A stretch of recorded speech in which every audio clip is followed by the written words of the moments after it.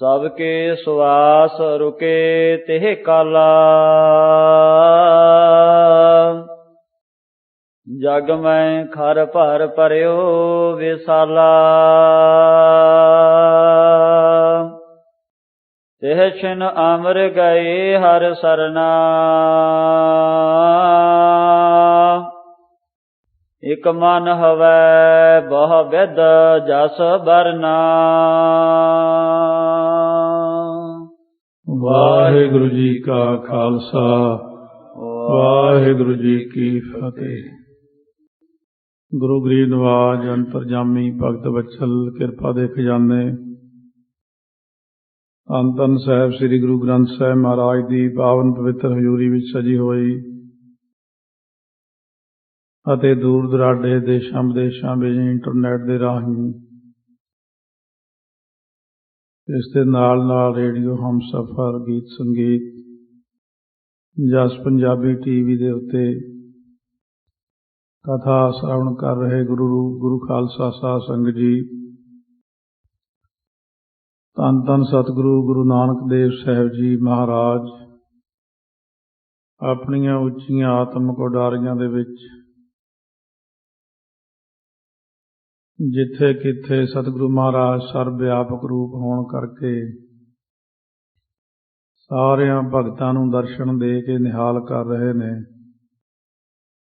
ਪ੍ਰਹਿਲਾਦ ਜੀ ਨੂੰ ਦਰਸ਼ਨ ਦਿੱਤੇ ਨੇ।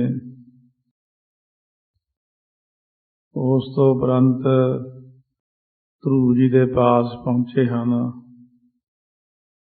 ਧਰੂ ਜੀ ਨੇ ਆਪਣੀ ਸਾਰੀ ਵਿਥਿਆ ਕਹਿ ਸੁਣਾਈ, ਕਿਵੇਂ ਮਤਰੇਈ ਮਾਂ ਨੇ ਮੇਰੇ ਨਾਲ ਵਿਤਕਰਾ ਕੀਤਾ ਹੈ। ਮੇਰੀ ਮਾਤਾ ਸੁਨੀਤਾ ਨੇ ਮੈਨੂੰ ਉਪਦੇਸ਼ ਦਿੱਤਾ ਕਿ ਆਪਾਂ ਨੇ ਪਿਛਲੇ ਜਨਮ ਵਿੱਚ ਭਗਤੀ ਨਹੀਂ ਕੀਤੀ,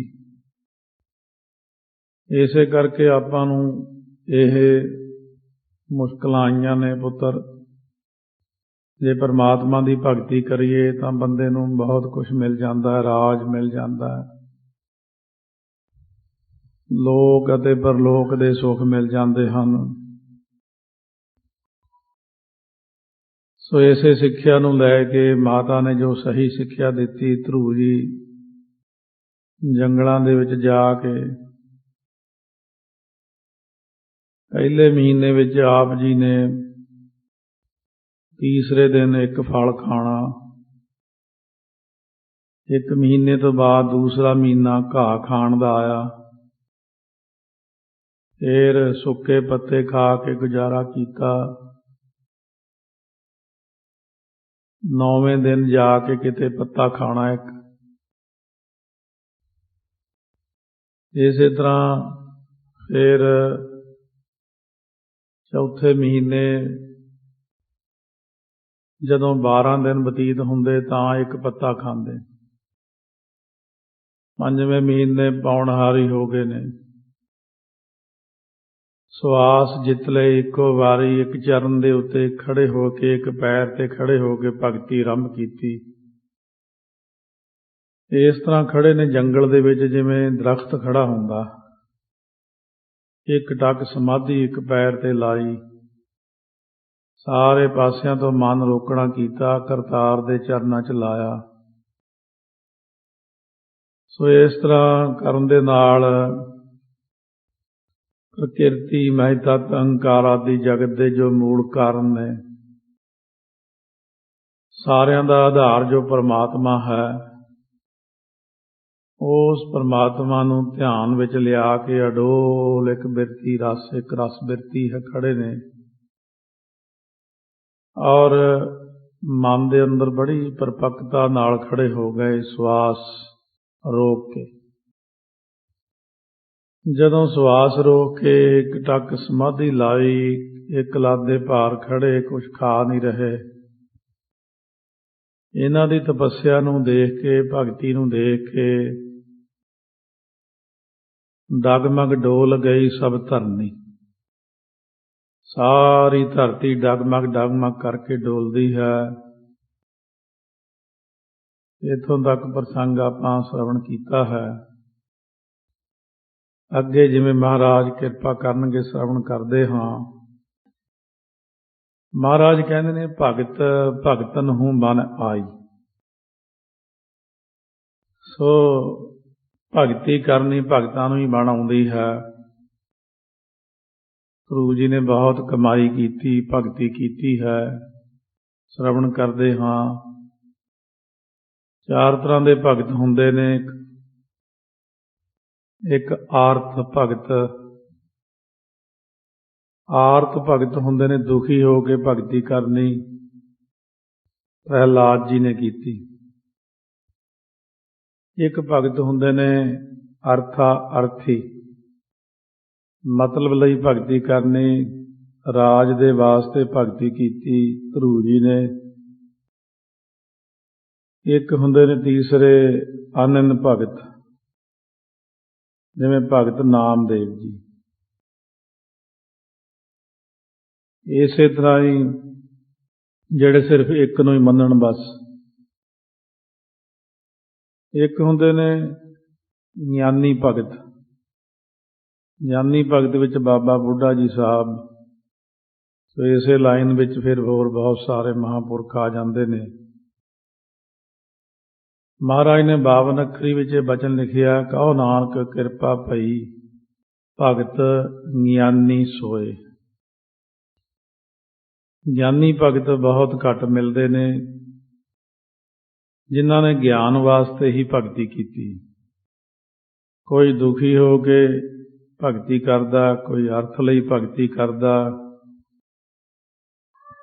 ਪਰ ਅਸਲ ਵਿੱਚ ਭਗਤੀ ਵੱਡੀ ਹੈ ਪਰਮਾਤਮਾ ਦੀ ਪ੍ਰਾਪਤੀ ਲਈ, ਗਿਆਨ ਬ੍ਰਹਮ ਗਿਆਨ ਹੋ ਜਾਣਾ। ਆਓ ਸ਼ਰਵਣ ਕਰਦੇ ਹਾਂ ਰੱਬ ਦੇ ਪਿਆਰਿਆਂ ਦੇ ਬਚਨ। ਪਿਆਰ ਸਤਿਕਾਰ ਨਾਲ ਗੱਜ ਕੇ ਆਖੋ, ਸਤਿਨਾਮ ਸ੍ਰੀ ਵਾਹਿਗੁਰੂ ਸਾਹਿਬ ਜੀ। ਸਤਿਨਾਮ ਸ੍ਰੀ ਵਾਹਿਗੁਰੂ ਸਾਹਿਬ ਜੀ। ਸਭ ਕੇ ਸਵਾਸ ਰੁਕੇ ਤਿਹ ਕਾਲਾ। ਉਸ ਵਕਤ ਸਾਰਿਆਂ ਦੇ ਜਿਹੜੇ ਸਵਾਸ ਸਨ ਉਹ ਰੁਕ ਗਏ। ਖਰ ਪਰ ਭਰਿਓ ਵਿਸਾਲਾ। ਜਗ ਮੈਂ ਖਰ ਪਰ ਭਰਿਓ ਵਿਸਾਲਾ।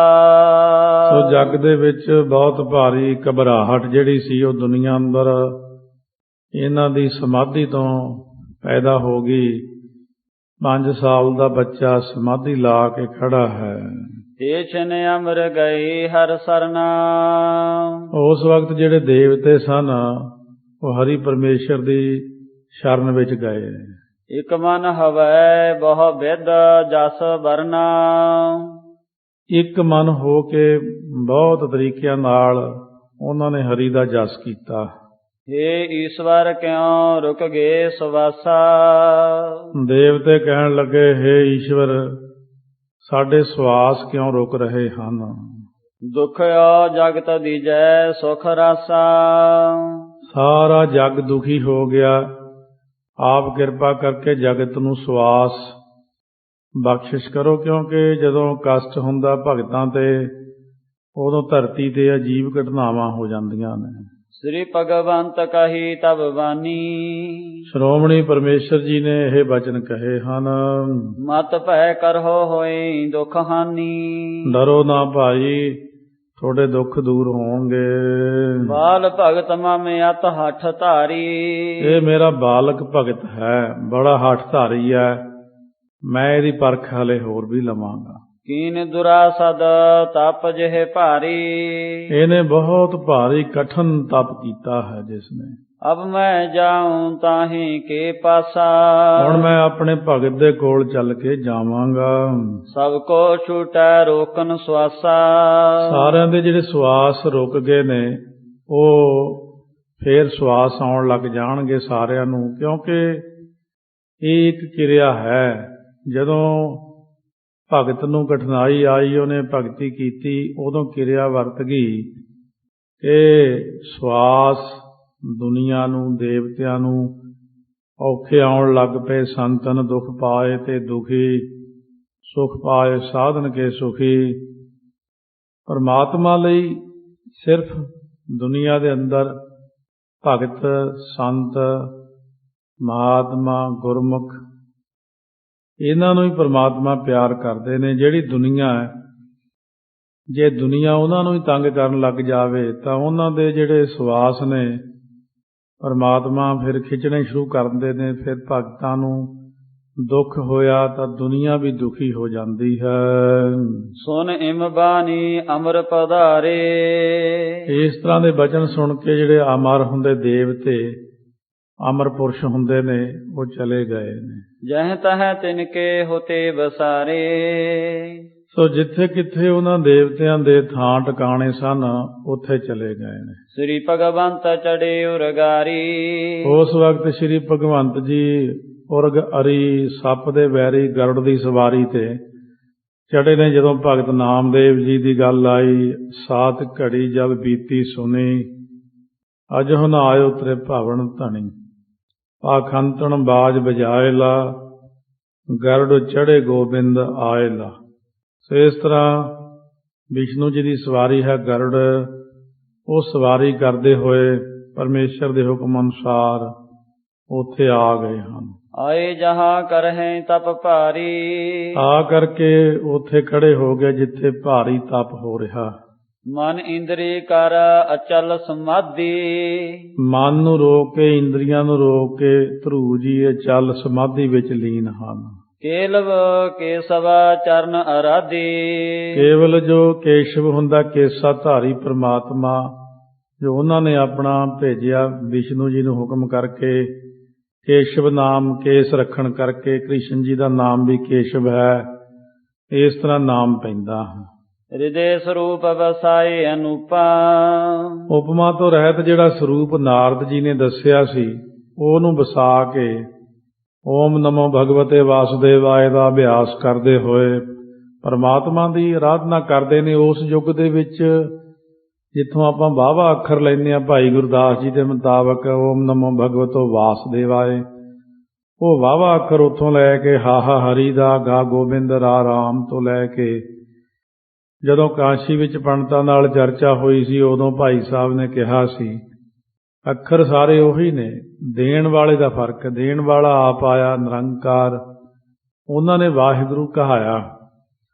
ਬਈ ਤੁਹਾਨੂੰ ਜੇ 4 ਯੁੱਗਾਂ ਦਾ ਜਾਪ ਇਕੱਠਾ ਮਿਲਦਾ, 4 ਯੁੱਗਾਂ ਦਾ ਗੁਰਮੰਤਰ ਇਕੱਠਾ, ਇਹ ਸਾਰੇ ਜੀਵਾਂ ਦਾ ਭਲਾ, ਕਿਉਂਕਿ ਵਾਸੁਦੇਵ ਕੇਵਲ ਮੰਤਰ ਜਿਹੜਾ ਹੈ ਉਹ ਸਤਿਯੁਗ ਦਾ ਹੀ ਹੈ।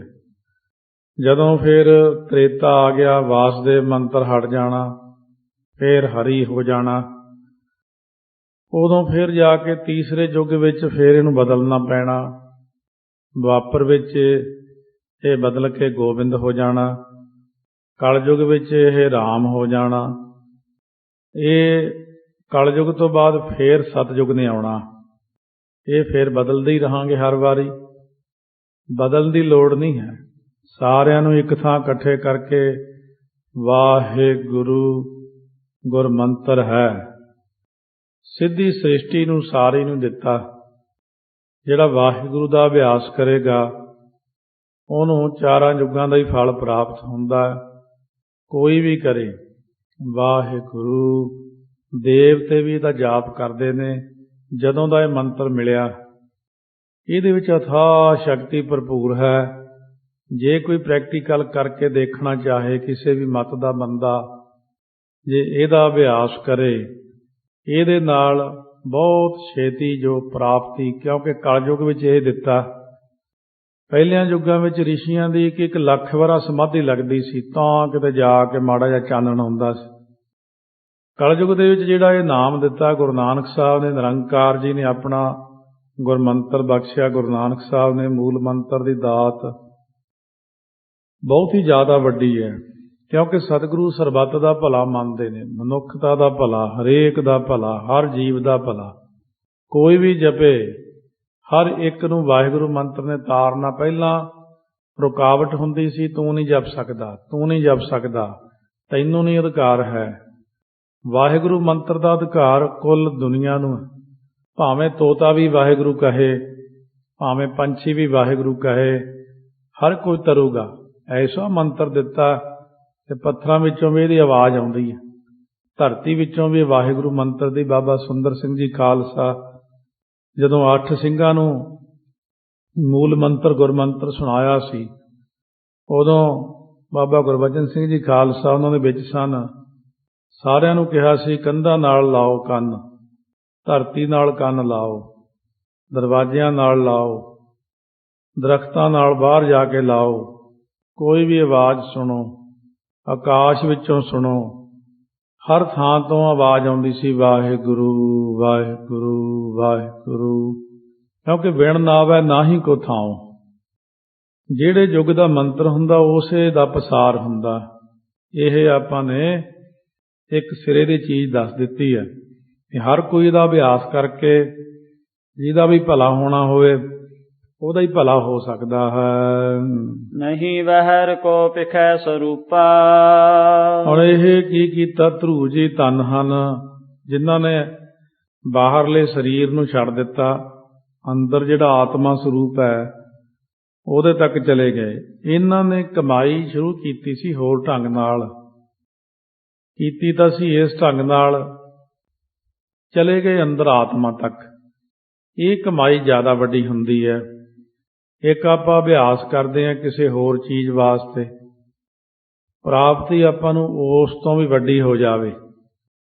ਸੋ ਜਿਵੇਂ ਕਈ ਵਾਰੀ ਕਈ ਬੰਦੇ ਕੀ ਕਰਦੇ ਨੇ, ਹੁਣ ਦੇ ਸਮੇਂ ਦੀ ਗੱਲ ਕਰਦੇ ਆ, ਬਈ ਉਹਨਾਂ ਨੂੰ ਘਰ ਦੇ ਕੰਮਾਂ ਲਈ, ਕਿਸੇ ਦੁੱਖ ਤਕਲੀਫ ਲਈ ਦੁਖੀ ਹੋ ਕੇ ਬੰਦਾ ਸਾਰੇ ਪਾਸਿਓਂ ਨਿਰਾਸ਼ ਹੋ ਕੇ ਪਾਠ ਕਰਨਾ ਸ਼ੁਰੂ ਕਰ ਦਿੰਦਾ। ਜਦੋਂ ਬੰਦਾ ਪਾਠ ਕਰਦਾ, ਮੇਰਾ ਦੁੱਖ ਹਟ ਜੇ, ਮੈਨੂੰ ਮਾਇਆ ਮਿਲ ਜੇ, ਮੇਰਾ ਕੰਮ ਬਣ ਜੇ, ਉਹ ਕਈ ਵਾਰ ਕੀ ਹੁੰਦਾ, ਉਹ ਦੁੱਖਾਂ ਵਾਲੀ ਦਾ ਗੱਲ ਪਾਸੇ ਹੀ ਰਹਿ ਗਈ। ਉਹ ਬਾਣੀ ਪੜ੍ਹਨ ਨਾਲ ਇੰਨਾ ਮਨ ਇਕਾਗਰ ਹੋਇਆ, ਦੁਖੀ ਹੋਣ ਕਰਕੇ ਮਨ ਇੰਨਾ ਇਕਾਗਰ ਹੋਇਆ, ਉਹ ਇਕਾਗਰਤਾ 'ਚ ਪਰਮਾਤਮਾ ਦਾ ਹੀ ਪ੍ਰਕਾਸ਼ ਹੋ ਗਿਆ, ਉਹਨੂੰ ਦਰਸ਼ਨ ਹੋ ਗਏ। ਇਸ ਤਰ੍ਹਾਂ ਨਹੀਂ ਪਤਾ ਲੱਗਦਾ, ਕਈ ਵਾਰੀ ਕਿਰਪਾ ਹੋ ਜਾਂਦੀ ਹੈ। ਇੱਥੇ ਜਿਹੜੀ ਤਪੱਸਿਆ ਸ਼ੁਰੂ ਕੀਤੀ ਸੀ ਉਹਨਾਂ ਨੇ, ਉਹ ਤਪੱਸਿਆ ਬਦਲ ਕੇ ਹੁਣ ਆਤਮਿਕ ਜੋਤ ਵੱਲ ਚਲੀ ਗਈ, ਆਤਮਿਕ ਸਰੂਪ ਤੱਕ ਗਿਆਨ ਹੋ ਗਿਆ। ਇਉਂ ਆਪਣੀ ਆਤਮਾ ਦੇ ਵਿੱਚ ਧਿਆਨ ਲਾ ਕੇ ਸੰਪੂਰਨ ਭਗਤੀ ਵੱਲ ਚਲੇ ਗਏ ਹਨ। ਜਬ ਸ੍ਰੀ ਹਰਿ ਕੀਆ ਅੰਤਰ ਧਿਆਨੇ। ਜਦੋਂ ਹਰੀ ਜੀ ਨੇ ਅੰਤਰ ਧਿਆਨ ਕੀਤਾ, ਤਬ ਪੰਕਜ ਸਹਿ ਨੈਣ ਖੋਲਾਨੇ। ਉਦੋਂ ਫਿਰ ਪੰਕਜ ਨੈਣ ਖੋਲੇ। ਇਹ ਭਗਤਾਂ ਦੀ ਸਮਾਧੀ ਇੰਨੀ ਜ਼ਿਆਦਾ ਜ਼ਬਰਦਸਤ ਕਈ ਵਾਰ ਲੱਗ ਜਾਂਦੀ ਹੈ, ਫਿਰ ਅੰਦਰ ਜਾਂਦੇ ਨੇ ਜਿੱਥੇ ਉਹ ਧਿਆਨ ਧਰ ਕੇ ਬੈਠਾ ਜਿਸ ਸਰੂਪ ਦਾ, ਫਿਰ ਉਸ ਸਰੂਪ ਦਾ ਧਿਆਨ ਅੰਦਰੋਂ ਜਦੋਂ ਦੇਖਦੇ ਹੁੰਦੇ ਨੇ, ਅੰਦਰ ਪਹੁੰਚ ਕੇ ਫਿਰ ਉੱਥੇ ਆਵਾਜ਼ ਦਿੰਦੇ ਨੇ, ਭਗਤ ਅੱਖਾਂ ਖੋਲ, ਅਸੀਂ ਆਏ ਹਾਂ। 10ਵੇਂ ਪਾਤਸ਼ਾਹ ਮਹਾਰਾਜ ਨੂੰ ਦੁੱਧ ਲੈ ਕੇ ਸਿਰ ਦੇ ਉੱਤੇ ਰੱਖਿਆ ਹੋਇਆ, ਸੋ ਪਿੱਤਲ ਦੀ ਬੜੀ ਸੋਹਣੀ ਗਾਗਰ, ਗੁਰਸਿੱਖ ਬੀਬੀ ਜਾ ਰਹੀ ਹੈ। ਉਹ ਮਹਾਰਾਜ ਸੱਚੇ ਪਾਤਸ਼ਾਹ ਧਿਆਨ ਧਰਦੀ ਹੋਈ ਵੀ ਸ੍ਰੀ ਅਨੰਦਪੁਰ ਸਾਹਿਬ ਜਾ ਕੇ ਦੁੱਧ ਪਿਆਉਣਾ ਮਹਾਰਾਜ ਨੂੰ। ਬੜੀ ਸ਼ਰਧਾ ਭਾਵਨਾ ਨਾਲ ਜੰਗਲ ਵਿੱਚ ਤੁਰੀ ਗਈ, ਸੋ ਥੱਕ ਗਈ। ਰਸਤੇ ਜਦੋਂ ਬੈਠੀ ਰੱਖ ਕੇ, ਮੈਂ ਇਸ ਤਰ੍ਹਾਂ ਜਾਵਾਂਗੀ, ਐਂ ਦੁੱਧ ਪਿਆਵਾਂਗੇ, ਉੱਥੇ ਹੀ ਸਮਾਧੀ ਲੱਗ ਗਈ ਉਹਦੀ। ਮਹਾਰਾਜ 10ਵੇਂ ਪਾਤਸ਼ਾਹ ਕਹਿਣ ਲੱਗੇ, ਅਸੀਂ ਆਏ, ਕੋਈ ਨਾ ਆਇਓ ਸਾਡੇ ਨਾਲ, 5 ਸਿੰਘ ਸਿਰਫ ਨਾਲ ਆ ਜਾਓ। ਸਤਿਗੁਰੂ ਜੀ ਨੇ ਦੂਰ ਘੋੜੇ ਖੜੇ ਕਰ ਦਿੱਤੇ। ਸਤਿਗੁਰੂ ਜੀ ਹੌਲੀ ਹੌਲੀ ਆ ਕੇ ਸਾਹਮਣੇ ਖੜੇ ਹੋ ਗਏ। ਮਹਾਰਾਜ ਨੇ ਦੇਖਿਆ ਤੇ ਅੰਤਰਲੀਨ ਹੋ ਗਈ ਹੈ ਸਾਡੇ 'ਚ, ਅੰਦਰੋਂ ਸਮਾਧੀ 'ਚ ਲੀਨ ਹੋ ਗਈ। ਸਤਿਗੁਰੂ ਮਹਾਰਾਜ ਜਿਸ ਸਰੂਪ ਦਾ ਉਹ ਧਿਆਨ ਧਰ ਕੇ ਅੰਦਰ ਬੈਠੀ ਸੀ, ਉਸ ਸਰੂਪ ਵਿੱਚੋਂ ਫਿਰ ਬੋਲੇ ਜਾ ਕੇ, ਬੇਟਾ ਅੱਖਾਂ ਖੋਲੋ, ਅਸੀਂ ਆ ਗਏ, ਦੁੱਧ ਪਿਆਓ ਸਾਨੂੰ। ਜਿਉਂ ਹੀ ਐਸਾ ਕਿਹਾ, ਪੜਕ ਅੱਖਾਂ ਖੁੱਲ ਗਈਆਂ। ਦੇਖਿਆ ਸਾਹਮਣੇ ਸਾਕਸ਼ਾਤ ਮਹਾਰਾਜ ਖੜੇ ਨੇ। ਯਕੀਨ ਨਹੀਂ ਆਉਂਦਾ, ਅੱਖਾਂ ਦੇ ਅੱਗੇ ਹੱਥ ਫੇਰਦੀ ਆ, ਕਦੇ ਕੁਛ ਕਰਦੀ, ਉੱਠ ਕੇ ਜਦੋਂ ਚਰਨੀ ਹੱਥ ਲਾਉਂਦੀ, ਮਹਾਰਾਜ ਤੁਸੀਂ ਸੱਚਮੁੱਚ ਆਏ ਹੋ? ਕਹਿੰਦੇ ਹਾਂ ਭਾਈ ਸੱਚਮੁੱਚ ਹੀ ਆਏ ਆ। ਤੂੰ ਯਾਦ ਕੀਤਾ, ਸ਼ਰਧਾ ਨਾਲ ਦੁੱਧ ਲੈ ਕੇ ਆਈ ਹੈ। ਸਤਿਗੁਰੂ ਵੀ ਉੱਥੇ ਹੀ ਚੌਂਕੜੀ ਲਾ ਕੇ ਬੈਠ ਕੇ, ਲਓ ਪੁੱਤ ਦੁੱਧ ਛਕਾਓ ਹੁਣ। ਉਸੇ ਵਕਤ ਫਿਰ ਗਲਾਸ ਦੁੱਧ ਦਾ ਛਕਿਆ, ਸਿੰਘਾਂ ਨੂੰ ਆਵਾਜ਼ ਦੇਤੀ, 5 ਸਿੰਘ ਵੀ ਆ ਗਏ, ਤੁਸੀਂ ਵੀ ਛਕੋ ਬੈਠ ਕੇ। ਇਹ ਇੱਕ ਅਜੀਬ ਗੱਲ ਜਿਹੜੀ ਹੁੰਦੀ ਆ ਭਗਤੀ ਦੇ ਮਾਰਗ ਵਿੱਚ ਅੱਗੇ ਜਾ ਕੇ ਆਉਂਦੀ ਕਾਫੀ। ਕਿ ਹਿਰਦੇ ਅੰਦਰ ਜਦੋਂ ਧਿਆਨ ਧਰਦੇ ਆ ਉਦੋਂ ਜੇ ਸਤਿਗੁਰੂ ਸਾਹਮਣੇ ਵੀ ਆ ਜਾਣ ਫਿਰ ਇਸ ਤਰੀਕੇ ਨਾਲ ਭਗਤ ਨੂੰ ਬੁਲਾਉਂਦੇ ਨੇ। ਇੱਥੇ ਵਿਸ਼ਨੂੰ ਜੀ ਨੇ ਆ ਕੇ ਪ੍ਰਹਿਲਾਦ ਜੀ ਨੂੰ ਆਪਾਂ ਕਹਿ ਲਈਏ ਵੀ ਡਿਸਟਰਬ ਨਹੀਂ ਕੀਤਾ। ਇਹ ਨਹੀਂ ਕਿਹਾ ਕਿ ਮੈਂ ਆ ਗਿਆ, ਬਾਹਰੋਂ ਰੌਲਾ ਨਹੀਂ ਪਾਇਆ। ਉਹਦੇ ਅੰਦਰਲੀ ਸੁਰਤੀ ਵਿੱਚ ਜਿਹੜਾ ਸਰੂਪ ਵਸਿਆ ਹੋਇਆ ਸੀ ਉਸ ਸਰੂਪ ਵਿੱਚ ਜਾ ਕੇ ਆਵਾਜ਼ ਦਿੱਤੀ ਹੈ, ਸੋ ਸਰੂਪ ਢਿਗ ਬਾਹਰ ਦੇਖਾ। ਜਦੋਂ ਕਿਹਾ ਕਿ ਬੇਟਾ ਅੱਖਾਂ ਖੋਲੋ, ਅਸੀਂ ਆ ਗਏ ਹਾਂ, ਉਸ ਵਕਤ ਧਰੂ ਜੀ ਨੇ ਜਦੋਂ ਅੱਖਾਂ ਖੋਲੀਆਂ ਸਾਹਮਣੇ ਉਹੀ ਸਰੂਪ ਖੜਾ ਹੈ ਜਿਹਦਾ ਧਿਆਨ ਲਾਇਆ ਹੋਇਆ। ਪਰਿਓ ਦੰਡਵਤ ਪ੍ਰੇਮ ਬਸੇਖਾ। ਬਹੁਤ ਪ੍ਰੇਮ ਦੇ ਨਾਲ ਡੰਡੌਤ ਬੰਦਨਾ ਕੀਤੀ, ਲੰਮਾ ਪੈ ਕਰਕੇ। ਪੁਨ ਲੋਚਨ ਭਰ ਰੂਪ ਨਿਹਾਰਾ। ਫਿਰ ਅੱਖਾਂ ਭਰ ਕੇ ਉਸ ਵਕਤ ਵਿਸ਼ਨੂੰ ਜੀ ਦੇ ਪਿਆਰ ਨਾਲ ਦਰਸ਼ਨ ਕੀਤੇ ਨੇ। ਚਹਿਤ ਅਲਿੰਗਨ ਸ੍ਰੀ ਕਰਤਾਰਾ। ਕਹਿੰਦੇ ਹਨ ਉਸ ਵਕਤ ਫਿਰ ਐਸਾ ਹੋਇਆ ਕਿ ਪਰਸਣਾ ਚਾਹੁੰਦੇ ਹਨ ਕਰਤਾਰ ਪਰਮੇਸ਼ਰ ਦੇ ਉਸ ਸਰੂਪ ਭੇਜੇ ਹੋਏ ਨੂੰ। ਉਸਤਤ ਕਰਨਾ ਸਕਤ ਮਤ ਥੋਰੀ। ਕਹਿੰਦੇ ਮੈਂ ਉਸਤਤੀ ਨਹੀਂ ਕਰ ਸਕਦਾ, ਮੇਰੀ ਮਤ ਬੜੀ ਥੋੜੀ ਹੈ। ਇੱਛਾ ਅਧਿਕਾ ਰਹਿਓ ਕਰ ਜੋਰੀ। ਬਹੁਤ ਜ਼ਿਆਦਾ ਇੱਛਾ ਹੈ। ਫਿਰ ਇਸ ਤਰ੍ਹਾਂ ਹੱਥ ਜੋੜ ਕੇ ਖੜੇ ਹਨ। ਸ੍ਰੀ ਹਰਿ ਜਾਨ ਗਏ ਉਰਤਾਹਾ। ਹਰੀ ਜੀ ਉਹਦੇ ਹਿਰਦੇ ਦੀ ਗੱਲ ਜਾਣ ਗਏ ਵੀ ਇਹ ਉਸਤਤੀ ਕਰਨੀ ਚਾਹੁੰਦਾ ਹੈ ਪਰ ਕਰ ਨਹੀਂ ਸਕਦਾ ਕਿਉਂਕਿ ਹਲੇ ਬੱਚਾ ਹੈ, ਛੋਟਾ ਹੈ। ਨਿਜ ਕਰ ਸੰਖ ਤਬ ਹੈ ਮੁਖ ਸਵਾਹਾ। ਉਸ ਵਕਤ ਕੀ ਕੀਤਾ, ਉਹ ਜਿਹੜਾ ਸੀ ਨਾ ਨਿਜ ਕਰ ਸੰਖ ਤਬੈ ਮੁਖ ਸਵਾਹਾ। ਫਿਰ ਜਿਹੜੇ ਆਪਣੇ ਉਹਨਾਂ ਨੇ ਸੰਖ ਪਕੜਿਆ ਹੋਇਆ ਸੀ ਆਪਣੇ ਕਰ ਕਮਲਾਂ ਵਿੱਚ, ਉਹ ਧਰੂ ਜੀ ਦੇ ਮਸਤਕ ਤੇ ਛੁਆ ਦਿੱਤਾ। ਤਤਛਨ ਉਜਲਾ ਮਤ ਹਵੈ ਆਈ। ਉਸੇ ਵਕਤ ਹੀ ਉਹਦੇ ਜਿਹੜੇ ਕਪਾਟ ਸੀ ਖੋਲ ਦਿੱਤੇ, ਉਜਲ ਮਤ ਹੋ ਆਈ। ਈਸ਼ਵਰ ਜੀਵ ਗਿਆਨ ਸਭ ਪਾਈ। ਜੀਵ ਅਤੇ ਈਸ਼ਵਰ ਦਾ ਗਿਆਨ ਕੀ ਹੁੰਦਾ ਇਹ ਪ੍ਰਾਪਤ ਹੋ ਗਿਆ ਹੈ। ਵਰਣਨ ਕਰਨ ਲਗਾ ਗੁਣ ਰੂਰੇ। ਰੂਰੇ ਤੋਂ ਭਾਵ ਬੜੇ ਸੁੰਦਰ ਗੁਣ ਵਰਣਨ ਕਰਨ ਲੱਗਿਆ। ਹੁਣ ਮਤ ਖੁੱਲ ਗਈ, ਪ੍ਰਕਾਸ਼ ਹੋ ਗਿਆ ਅੰਦਰ, ਤਾਂ ਹੁਣ ਸੋਝੀ ਹੋ ਗਈ। ਭਗਤ ਭਾਵ ਉਰ ਰਹਿਓ ਸਪੂਰੇ।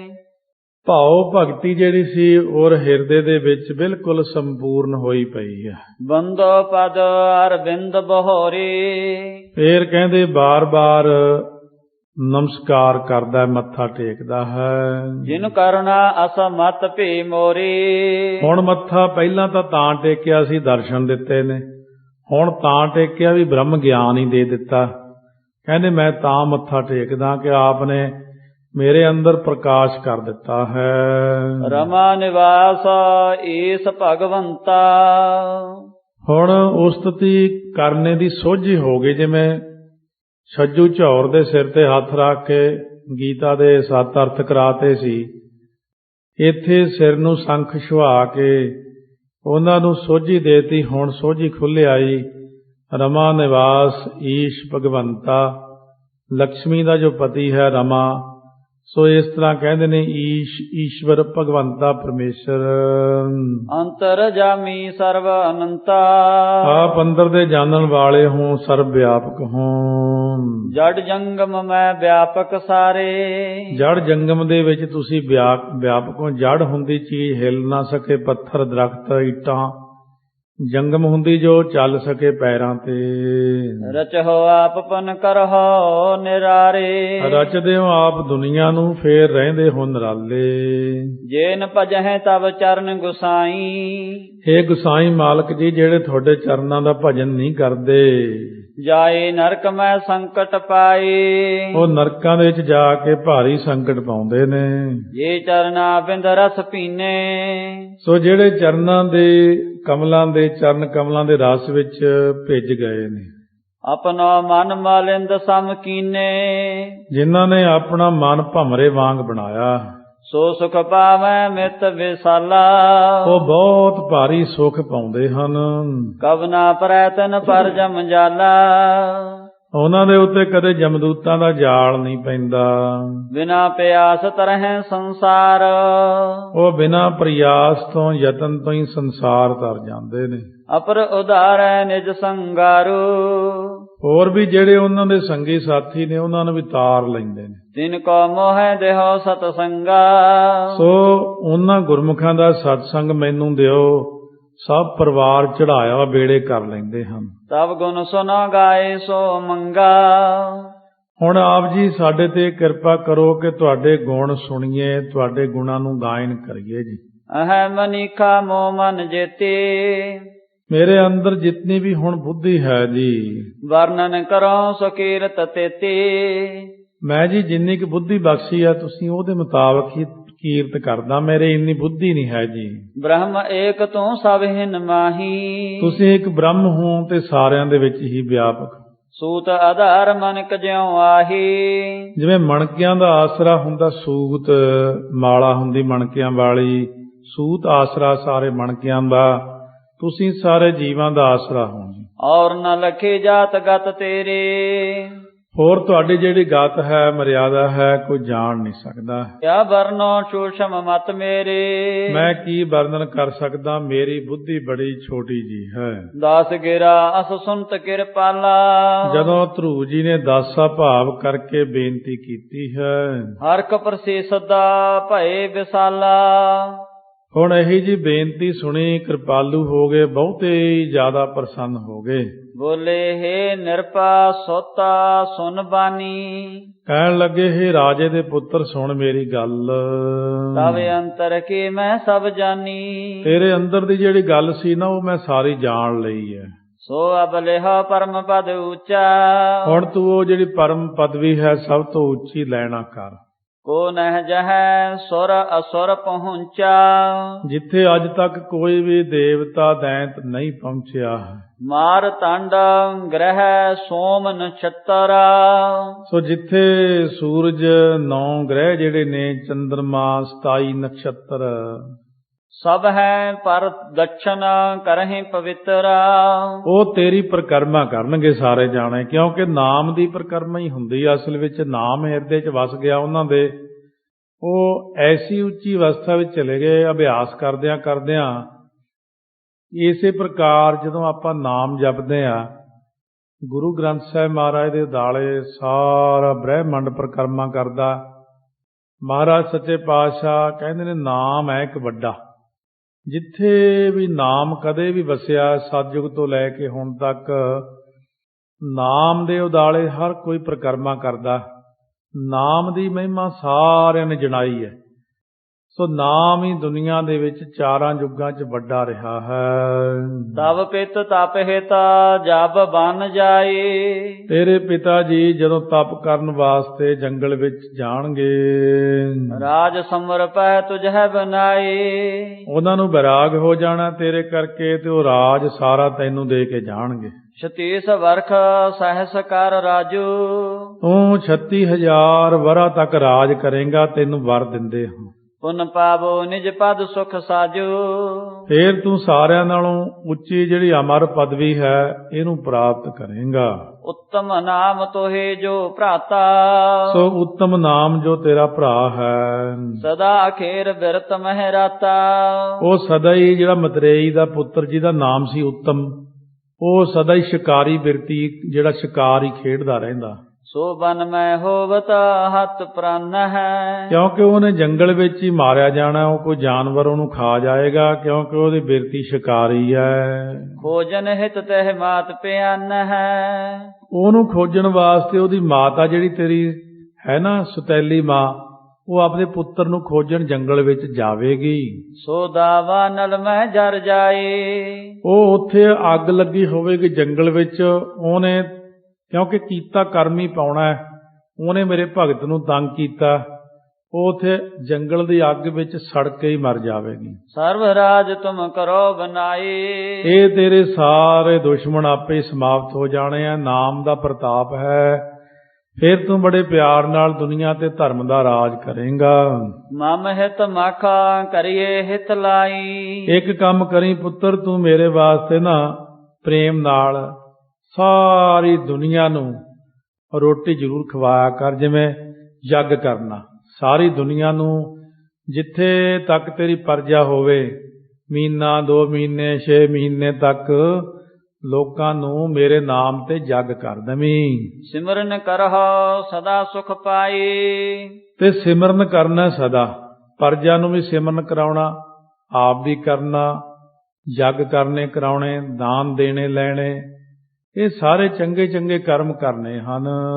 ਉੱਚੋ ਪਦ ਅਸਲ ਹੋ ਬਹੋਰੇ। ਇਸ ਤਾਂ ਪੁੱਤਰ ਤੂੰ ਬਹੁਤ ਵੱਡੀ ਹੋਰ ਵੱਡੀ ਪਦਵੀ ਪਾਏਗਾ। ਫਿਰ ਜੇ ਕੋ ਬੰਦਾ ਸਭ ਕਰ ਜੋਰੀ। ਸੋ ਜਿਹਨੂੰ ਸਾਰੇ ਹੀ ਮੱਥਾ ਟੇਕਿਆ ਕਰਨਗੇ। ਮਮ ਐਸ ਗਮਨ ਹਾਂ ਪੁਰਮਾਹੀ। ਹੁਣ ਮੇਰੀ ਆਗਿਆ ਪਾ ਕੇ ਤੂੰ ਆਪਣੀ ਪੂਰੀ ਵਿੱਚ ਚਲਿਆ ਜਾ। ਮਾਤ ਪਿਤਾ ਹਿਰਦੇ ਬਹੁ ਚਾਹੀ। ਕਿਉਂਕਿ ਤੇਰੇ ਮਾਤਾ ਪਿਤਾ ਤੈਨੂੰ ਆਪਣੇ ਹਿਰਦੇ 'ਚ ਬਹੁਤਾ ਪਿਆਰ ਕਰਦੇ, ਚਾਹੁੰਦੇ ਨੇ।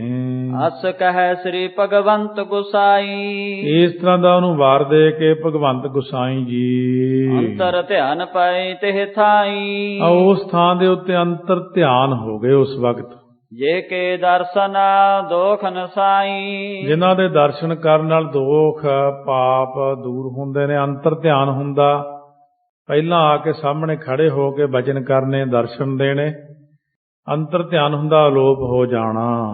ਸੇਵਹੁ ਚਰਨ ਕਬਲ ਹਿਤ ਲਾਏ। ਭਈ ਚਰਨਾਂ ਕਮਲਾਂ ਨੂੰ ਹਿਤ ਲਾ ਕੇ ਪਿਆਰ ਕਰਨਾ ਸਦਾ ਹੀ। ਦੋਹਰਾ ਸ੍ਰੀ ਗੁਰ ਭਗ ਸਾਗਰ ਆਨੰਦ ਮਨ ਜਮੀਨ ਬਨਾਓ। ਕਹੋ ਕਥਾ ਪਾਵਨ ਪਰਮ ਸੁਨ ਸਰੋਤਾ ਸੁਖ ਪਾਓ। ਹੁਣ ਕਵੀ ਜੀ 72ਵਾਂ ਪ੍ਰਸੰਗ ਆਰੰਭ ਕਰਦੇ ਨੇ। ਗੁਰਚਰਨਾਂ ਦਾ ਮੰਗਲ ਧਰੂ ਦਾ ਪ੍ਰਸੰਗ ਹੈ ਵੀ ਅੱਗੇ ਜਿਸ ਪ੍ਰਕਾਰ ਸੁਣਾਉਣਗੇ। ਸ੍ਰੀ ਗੁਰੂ ਜੀ ਦੇ ਚਰਨ ਜਿਹੜੇ ਨੇ ਉਹ ਆਨੰਦ ਦੇ ਸਾਗਰ ਨੇ। ਮੈਂ ਆਪਣੇ ਮਨ ਨੂੰ ਉਸ ਸਾਗਰ ਦੀ ਅਵਿਛੜ ਮੱਛੀ ਬਣਾਉਂਦਾ, ਜਿਹੜੀ ਕਦੇ ਨਾ ਵਿਛੜੇ ਮੱਛੀ। ਸੋ ਇਸ ਪ੍ਰੇਮਮਈ ਦਸ਼ਾ ਵਿੱਚ ਪਰਮ ਪਵਿੱਤਰ ਕਥਾ ਅੱਗੇ ਹੋਰ ਕਹਿੰਦਾ ਹਾਂ, ਜਿਹਨੂੰ ਸੁਣ ਕੇ ਸਰੋਤਾ ਜਨ ਸੁਖ ਪਾਉਣਗੇ। ਚੌਪਈ ਸ੍ਰੀ ਅੰਗਦ ਜੇ ਸੁਨ ਇਤਿਹਾਸਾ। ਸ੍ਰੀ ਬਾਲਾ ਸੰਧਰਵਾਚ ਭਾਈ ਬਾਲਾ ਜੀ ਸੰਧੂ ਗੋਤ ਵਾਲੇ ਸ੍ਰੀ ਖਡੂਰ ਸਾਹਿਬ ਵਿਖੇ ਮਹਾਰਾਜ ਨੂੰ ਕਥਾ ਸੁਣਾ ਰਹੇ ਨੇ। हे ਗੁਰੂ ਅੰਗਦ ਦੇਵ ਜੀ, ਅੱਗੇ ਇਤਿਹਾਸ ਹੋਰ ਸੁਣੋ ਜੀ। ਮਰਦਾਨੇ ਸੋ ਗੁਰੂ ਪ੍ਰਕਾਸ਼ਾ। ਸੋ ਉਸ ਵਕਤ ਮਹਾਰਾਜ ਸੱਚੇ ਪਾਤਸ਼ਾਹ ਨੇ ਬਖਸ਼ਿਸ਼ ਕਰਨ ਲੱਗੇ, ਬਚਨ ਕੀਤੇ। ਕਹਿਣ ਲੱਗੇ ਪੁਨ ਦੀਨ ਦਿਆਲਾ। ਕਹਿਣ ਲੱਗੇ हे ਦੀਨ ਦਿਆਲ, ਧਰੁਵਪੁਰ ਕੋ ਗਮਨਿਓ ਤਿਹ ਕਾਲਾ। ਸੋ ਸੇ ਇਹ ਧਰੁਵ ਸੀ, ਇਹ ਧਰੁਵ ਉਸ ਪੁਰੀ ਵਿੱਚ ਕਿਸ ਪ੍ਰਕਾਰ ਗਿਆ। ਸੁਨਿਓ ਉਤਾਨ ਪਾਦ ਸੁਤ ਆਵਨ। ਸੋ ਜਦੋਂ ਇਹ ਉਸ ਪੁਰੀ ਵਿੱਚ ਭਾਵ ਆਪਣੇ ਜਿੱਥੇ ਰਹਿੰਦਾ ਸੀ ਰਾਜਾ, ਫਿਰ ਪੁੱਤਰ ਦਾ ਜਦੋਂ ਰਾਜੇ ਨੇ ਆਉਣਾ ਸੁਣਿਆ, ਅਮਿਤ ਭਇਓ ਮਨ ਮੈਂ ਹਰਖਾਵਨ। ਬਹੁਤ ਜ਼ਿਆਦਾ ਮਨ ਦੇ ਅੰਦਰ ਜਿਹੜਾ ਸੀ ਖੁਸ਼ੀ ਹੋਈ ਰਾਜੇ ਦੇ ਮਨ ਵਿੱਚ ਕਿ ਮੇਰਾ ਪੁੱਤਰ ਆ ਰਿਹਾ। ਜਿਨ ਦਿਜਵਰ ਸੁਧਿਆਨ ਸੁਨਾਈ। ਜਿਸ ਬ੍ਰਾਹਮਣ ਨੇ ਆ ਕਰਕੇ ਇਹ ਖਬਰ ਸੁਣਾਈ ਸੀ। ਪਟ ਭੂਖਨ ਰਥ ਦੀਨ ਬਣਾਈ। ਉਸ ਵਕਤ ਉਹਨੂੰ ਕੱਪੜੇ ਗਹਿਣੇ ਤੇ ਰਥ ਬਣਾ ਕੇ ਸਜਾ ਕੇ ਦਿੱਤਾ। ਤਬ ਪੁਵਾਲ tehਲੇ ਕਰ ਸੰਗਾ। ਲੈ ਕਰਕੇ ਰਾਜਾ ਉਹਨੂੰ ਨਾਲ ਆਪਣੇ ਗਮਨਿਓ ਆਗੇ ਸਹਿਤ ਅਮੰਗਾ। ਸਹਿਤ ਉਤਸ਼ਾਹ ਦੇ ਫਿਰ ਅੱਗੇ ਗਿਆ। ਦੁੰਦਪ ਵੇਣਾ ਭੇਰ ਬਜਾਏ। ਧੌਂਸੇ ਤੂਤੀਆਂ ਭੇਰੀਆਂ ਸਾਜ਼ ਹੁੰਦੇ ਨੇ, ਇਹ ਜਾ ਕੇ ਉਹਦੇ ਅੱਗੇ ਵਜਾਏ। ਫਿਰ ਵੇਦ ਪਾਠ ਦਿਜ ਕਰਤ ਸੁਹਾਏ। ਵੇਦ ਪਾਠ ਜਿਹੜੇ ਸੀ ਬ੍ਰਾਹਮਣ ਉਸ ਵਕਤ ਕਰਨ ਲੱਗੇ ਜਾ ਕੇ। ਸੁਰੁਚ ਸੁਨੀਤਾ ਜੁਗ ਨਿਰਪ ਨਾਰੇ। ਸਰੁਚੇ ਜਿਹੜੀ ਸੀਗੀ ਇਹਦੀ ਮਤਰੇਈ ਮਾਂ, ਸੁਨੀਤੀ ਯੁੱਗ ਦੋਵੇਂ, ਨਿਰਪ ਨਾਰੀ ਰਾਜੇ ਦੀਆਂ ਇਸਤਰੀਆਂ। ਸਿਵਕਾ ਪਰ ਚੜ ਚਲੇ ਅਗਾਰੇ। ਉਹ ਉਸ ਵਕਤ ਪਾਲਕੀ ਦੇ ਉੱਤੇ ਚੜ ਕੇ ਨਾਲ ਚੱਲੀਆਂ। ਨਿਰਪਸਤ ਉੱਤਮ ਲੋਕ ਵਿਸਾਲਾ। ਰਾਜੇ ਦਾ ਪੁੱਤਰ ਜਿਹੜਾ ਇਹਦਾ ਧਰੂ ਦਾ ਮਤਰਿਆ ਭਰਾ ਸੀ, ਉੱਤਮ ਸੀ ਉਹਦਾ ਨਾਂ, ਉਹ ਵੀ ਤੇ ਹੋਰ ਬਹੁਤ ਦੁਨੀਆ ਨਾਲ ਚੱਲੀ। ਗਏ ਲੈਨ ਹਿਤ ਸਭ ਤਤਕਾਲਾ। ਲੈਣ ਵਾਸਤੇ ਤਤਕਾਲ ਹੀ ਅੱਗੇ ਸਾਰੇ ਗਏ ਹਨ। ਇਖਿਓ ਤਾਨ ਪਾਦ ਸੁਤ ਵਦਨਾ। ਉਤਾਨਪਾਦ ਰਾਜੇ ਦਾ ਨਾਮ ਹੈ। ਜਦੋਂ ਉਹਨੇ ਆਪਣੇ ਪੁੱਤਰ ਦਾ ਚਿਹਰਾ ਦੇਖਿਆ ਜਾ ਕੇ, ਕਮਲ ਪਰ ਫੁੱਲਤਾ ਜਿਉ ਸੁਖ ਸਦਨਾ। ਇਉਂ ਖਿੜਿਆ ਹੋਇਆ ਚਿਹਰਾ ਜਿਵੇਂ ਕਮਲ ਦਾ ਫੁੱਲ ਖਿੜਿਆ ਹੁੰਦਾ, ਸੋਹਣਾ। ਏਸ ਨਰਥ ਤੇ ਉਤਰ ਤੁਰੰਤਾ। ਉਸ ਵਕਤ ਰਾਤ ਤੋਂ ਉੱਤਰ ਕਰਕੇ ਤੁਰੰਤ ਹੀ ਬੰਦਤ ਘਰ ਲਾਇਓ ਮਤਵੰਤਾ। ਜਦੋਂ ਧਰੂ ਜੀ ਨੇ ਨਮਸਕਾਰ ਕਰਨੀ ਚਾਹੀ ਪਿਤਾ ਨੂੰ, ਤਾਂ ਪਿਤਾ ਨੇ ਗਲ ਨਾਲ ਲਾ ਲਿਆ ਫੜ ਕੇ। ਦੇਹ ਬਲ ਹੋਏ ਉਤਕੰਠਾ ਪੂਰੇ। ਬਹੁਤ ਜ਼ਿਆਦੇ ਬੇਬਲ ਹੋ ਗਿਆ, ਗਲ ਭਰ ਆਇਆ। ਕੀਨ ਅਲਿੰਗਨਾ ਘਰ ਰਹਿ ਪੂਰੇ। ਉਸ ਵਕਤ ਘੁੱਟ ਕੇ ਗਲਵੱਕੜੀ ਪਾ ਲਈ ਤੇ ਗਲ ਭਰ ਆਇਆ। ਮਸਤਕ ਚੁੰਮਤਾ ਕਰ ਕੋ ਫੇਰਤਾ। ਮਸਤਕ ਚੁੰਮਦਾ ਹੈ ਤੇ ਉਹਦੇ ਸਿਰ ਦੇ ਉੱਤੇ ਹੱਥ ਫੇਰਦਾ ਹੈ। ਲੋਚਨ ਤੇ ਆਸਨ ਕੋ ਗੇਰਤਾ। ਅੱਖਾਂ ਤੋਂ ਉਸ ਵਕਤ ਅਥਰੂ ਆ ਰਹੇ ਨੇ ਰਾਜੇ ਦੇ। 300 ਸੁਤ ਕਾ ਮਨ ਹੋ ਨਿਵਾਨਾ। ਮਾਨੋ ਕਹਿਣ ਲੱਗੇ ਵੀ ਉਹ ਜਿਹੜਾ ਸੀ ਨਾ ਪੁੱਤਰ, ਉਹਨੇ ਮਾਨੋ ਸਾਰਿਆਂ ਨੂੰ ਨਵਾ ਦਿੱਤਾ। 300 ਸੁਤ ਕੋ ਮਨੋ ਨਿਵਾਨਾ। ਇਸ ਤਰ੍ਹਾਂ ਜਿਹੜਾ ਸੀ ਉਹ ਅਥਰੂ ਆ ਰਹੇ ਸੀ ਅੱਖਾਂ ਵਿੱਚੋਂ, ਉਹਨਾਂ ਦੇ ਨਾਲ ਆਪਣੇ ਪੁੱਤਰ ਨੂੰ ਮਾਨੋ ਨਿਭਾ ਹੀ ਦਿੱਤਾ ਹੈ। ਮਧੁਰ ਬਚਨ ਕਹਿ ਬਹੁ ਸਨਮਾਨਾ। ਮਿੱਠੇ ਮਿੱਠੇ ਬਚਨ ਕਹਿ ਕੇ ਆਪਣੇ ਪੁੱਤਰ ਨੂੰ ਬੜਾ ਰਾਜੇ ਨੇ ਸਨਮਾਨ ਦਿੱਤਾ। ਉਨ ਦੋ ਮਾਤ ਮਿਲੀ ਤੇ ਆਏ। ਦੋਨੋਂ ਮਾਤਾਵਾਂ ਫਿਰ ਆ ਕਰਕੇ ਮਿਲੀਆਂ ਹਨ। ਬੜਾ ਸੁੰਦਰ ਸਰੂਪ ਸੀ। ਉਦੋਂ ਛੋਟਾ ਬੱਚਾ ਹੋਣ ਕਰਕੇ 5 ਸਾਲ ਦੀ, ਘੁੰਗਰਾਲੇ ਜੇ ਵਾਲ ਪਿੱਛੇ ਨੂੰ ਲਮਕਦੇ ਹੋਏ, ਜਾਂ ਸਿਰ ਤੇ ਛੋਟਾ ਜੂੜਾ ਹੁਣ ਕਿੱਥੇ ਕਰਨਾ ਸੀ, ਜੰਗਲ ਵਿੱਚ ਹੋਣ ਕਰਕੇ ਬੜੇ ਸੁੰਦਰ ਕੇਸ ਸਨ ਜਿਨ੍ਹਾਂ ਦੇ। ਧਰੂ ਬੰਦਨ ਕੀਨੀ ਸਰਨਿਆਏ। ਧਰੂ ਜੀ ਨੇ ਬੜਾ ਪਿਆਰ ਨਾਲ ਸਿਰ ਨਵਾਇਆ ਦੋਨਾਂ ਮਾਤਾਵਾਂ। ਚਰਨਜੀਵ ਤੇ ਦੇ ਆਸਖ ਤਬਹੇ। ਚੰਜੀਵ ਰਹੋ, ਲੰਬੀ ਉਮਰ ਹੋਵੇ ਪੁੱਤਰ ਤੇਰੀ, ਦੋਨਾਂ ਨੇ ਆਸ਼ੀਰਵਾਦ ਦਿੱਤਾ। ਘਰ ਸੋਂ ਲਾਏ ਪਾਏ ਸੁਖ ਤਬਹੇ। ਫਿਰ ਗਲ ਦੇ ਨਾਲ ਲਾ ਕਰਕੇ ਸੁਖ ਪਾਉਂਦੀਆਂ ਹਨ। ਉੱਤਮ ਭਰਾਤ ਮਿਲਿਓ ਤਬ ਘਰ ਸੋਂ। ਉੱਤਮ ਨਾਮੇ ਭਰਾ ਜਿਹੜਾ ਇਹਦਾ ਸੀ, ਉਹ ਵੀ ਗਲੇ ਨਾਲ ਮਿਲਿਆ।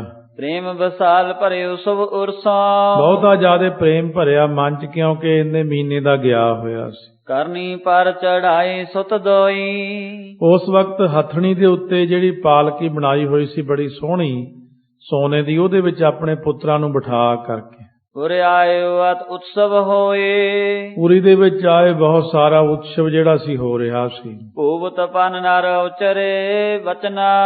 ਉਸ ਵਕਤ ਜਿਹੜਾ ਸੀ ਰਾਜਾ, ਫਿਰ ਉਹਨੇ ਜਿਹੜਾ ਸੀ ਨਾ ਬਚਨ ਜਿਹੜੇ ਸੀ ਹਨ, ਭੂਪਤ ਪਠ ਨਰ ਉਚਰੇ ਬਚਨਾ ਭੇਜ ਕਰਕੇ ਰਾਜੇ ਨੇ ਬਚਨ ਕਹੇ। ਦਰ ਦਰ ਭਰਤ ਕੀ ਜੈ ਸੁਠ ਰਚਨਾ। ਜਾਓ, ਜਾ ਕਰਕੇ ਦਰ ਦਰ ਦੇ ਉੱਤੇ ਦੀਵੇ ਬਾਲੋ ਦੇਸੀ ਘਿਓ ਦੇ, ਜਾ ਕੇ ਫੁੱਲ ਲਟਕਾਓ, ਪੱਤੇ ਲਟਕਾਓ, ਪਾਣੀ ਛਿੜਕੋ, ਨਗਰ ਦੇ ਵਿੱਚ ਖੁਸ਼ਬੂਆਂ ਖਿਲਾਰ ਦਿਓ, ਮੇਰਾ ਪੁੱਤਰ ਆਇਆ ਹੈ। ਸਭ ਹਿਨ ਕਦਲੀ ਖੰਭ ਲਗਾਏ। ਸਾਰਿਆਂ ਨੇ ਫਿਰ ਕੇਲੇ ਦੇ ਜਿਹੜੇ ਪੱਤੇ ਸੀ ਉਸ ਵਕਤ ਸ਼ਗਨ ਮੰਨਿਆ ਜਾਂਦਾ ਸੀ, ਉਹ ਲਾਏ ਨੇ। ਮੁਕਤਾ ਤੋਰਨ ਦਰ ਬੰਦਵਾਏ। ਫਿਰ ਮੋਤੀਆਂ ਦੀਆਂ ਲੜੀਆਂ ਦਰਵਾਜ਼ਿਆਂ ਦੇ ਉੱਤੇ ਬਣਵਾ ਦਿੱਤੀਆਂ ਨੇ। ਕੁੰਕਮ ਲੀਪ ਕੁੰਭ ਭਰ ਪਾਨੀ। ਫਿਰ ਕੁੰਕਮ ਹੁੰਦਾ ਕੇਸਰ, ਕੇਸਰ ਲਿਪ ਕੇ ਕੁੰਭ ਭਰ ਕੇ ਪਾਣੀ ਦੇ ਭਾਵ ਘੜੇ। ਚੰਦਨ ਗੰਧ ਕਰੀ ਸ਼ਰਕਾਨੀ। ਉਹ ਗਲੀਆਂ ਵਿੱਚ ਕੇਸਰ ਮਿਲਾ ਕੇ ਪਾਣੀ ਵਿੱਚ, ਉਦੋਂ ਇਹੋ ਜਿਹੇ ਸਿਸਟਮ ਹੁੰਦੇ ਸੀ ਖੁਸ਼ਬੂ ਵਾਲੇ, ਉਹ ਪਾਣੀ ਛਿੜਕਣਾ ਕੀਤਾ, ਜਿਹਦੇ ਨਾਲ ਪਾਣੀ ਦੇ ਵਿੱਚੋਂ ਵੀ ਖੁਸ਼ਬੂ ਆਉਂਦੀ ਸੀ।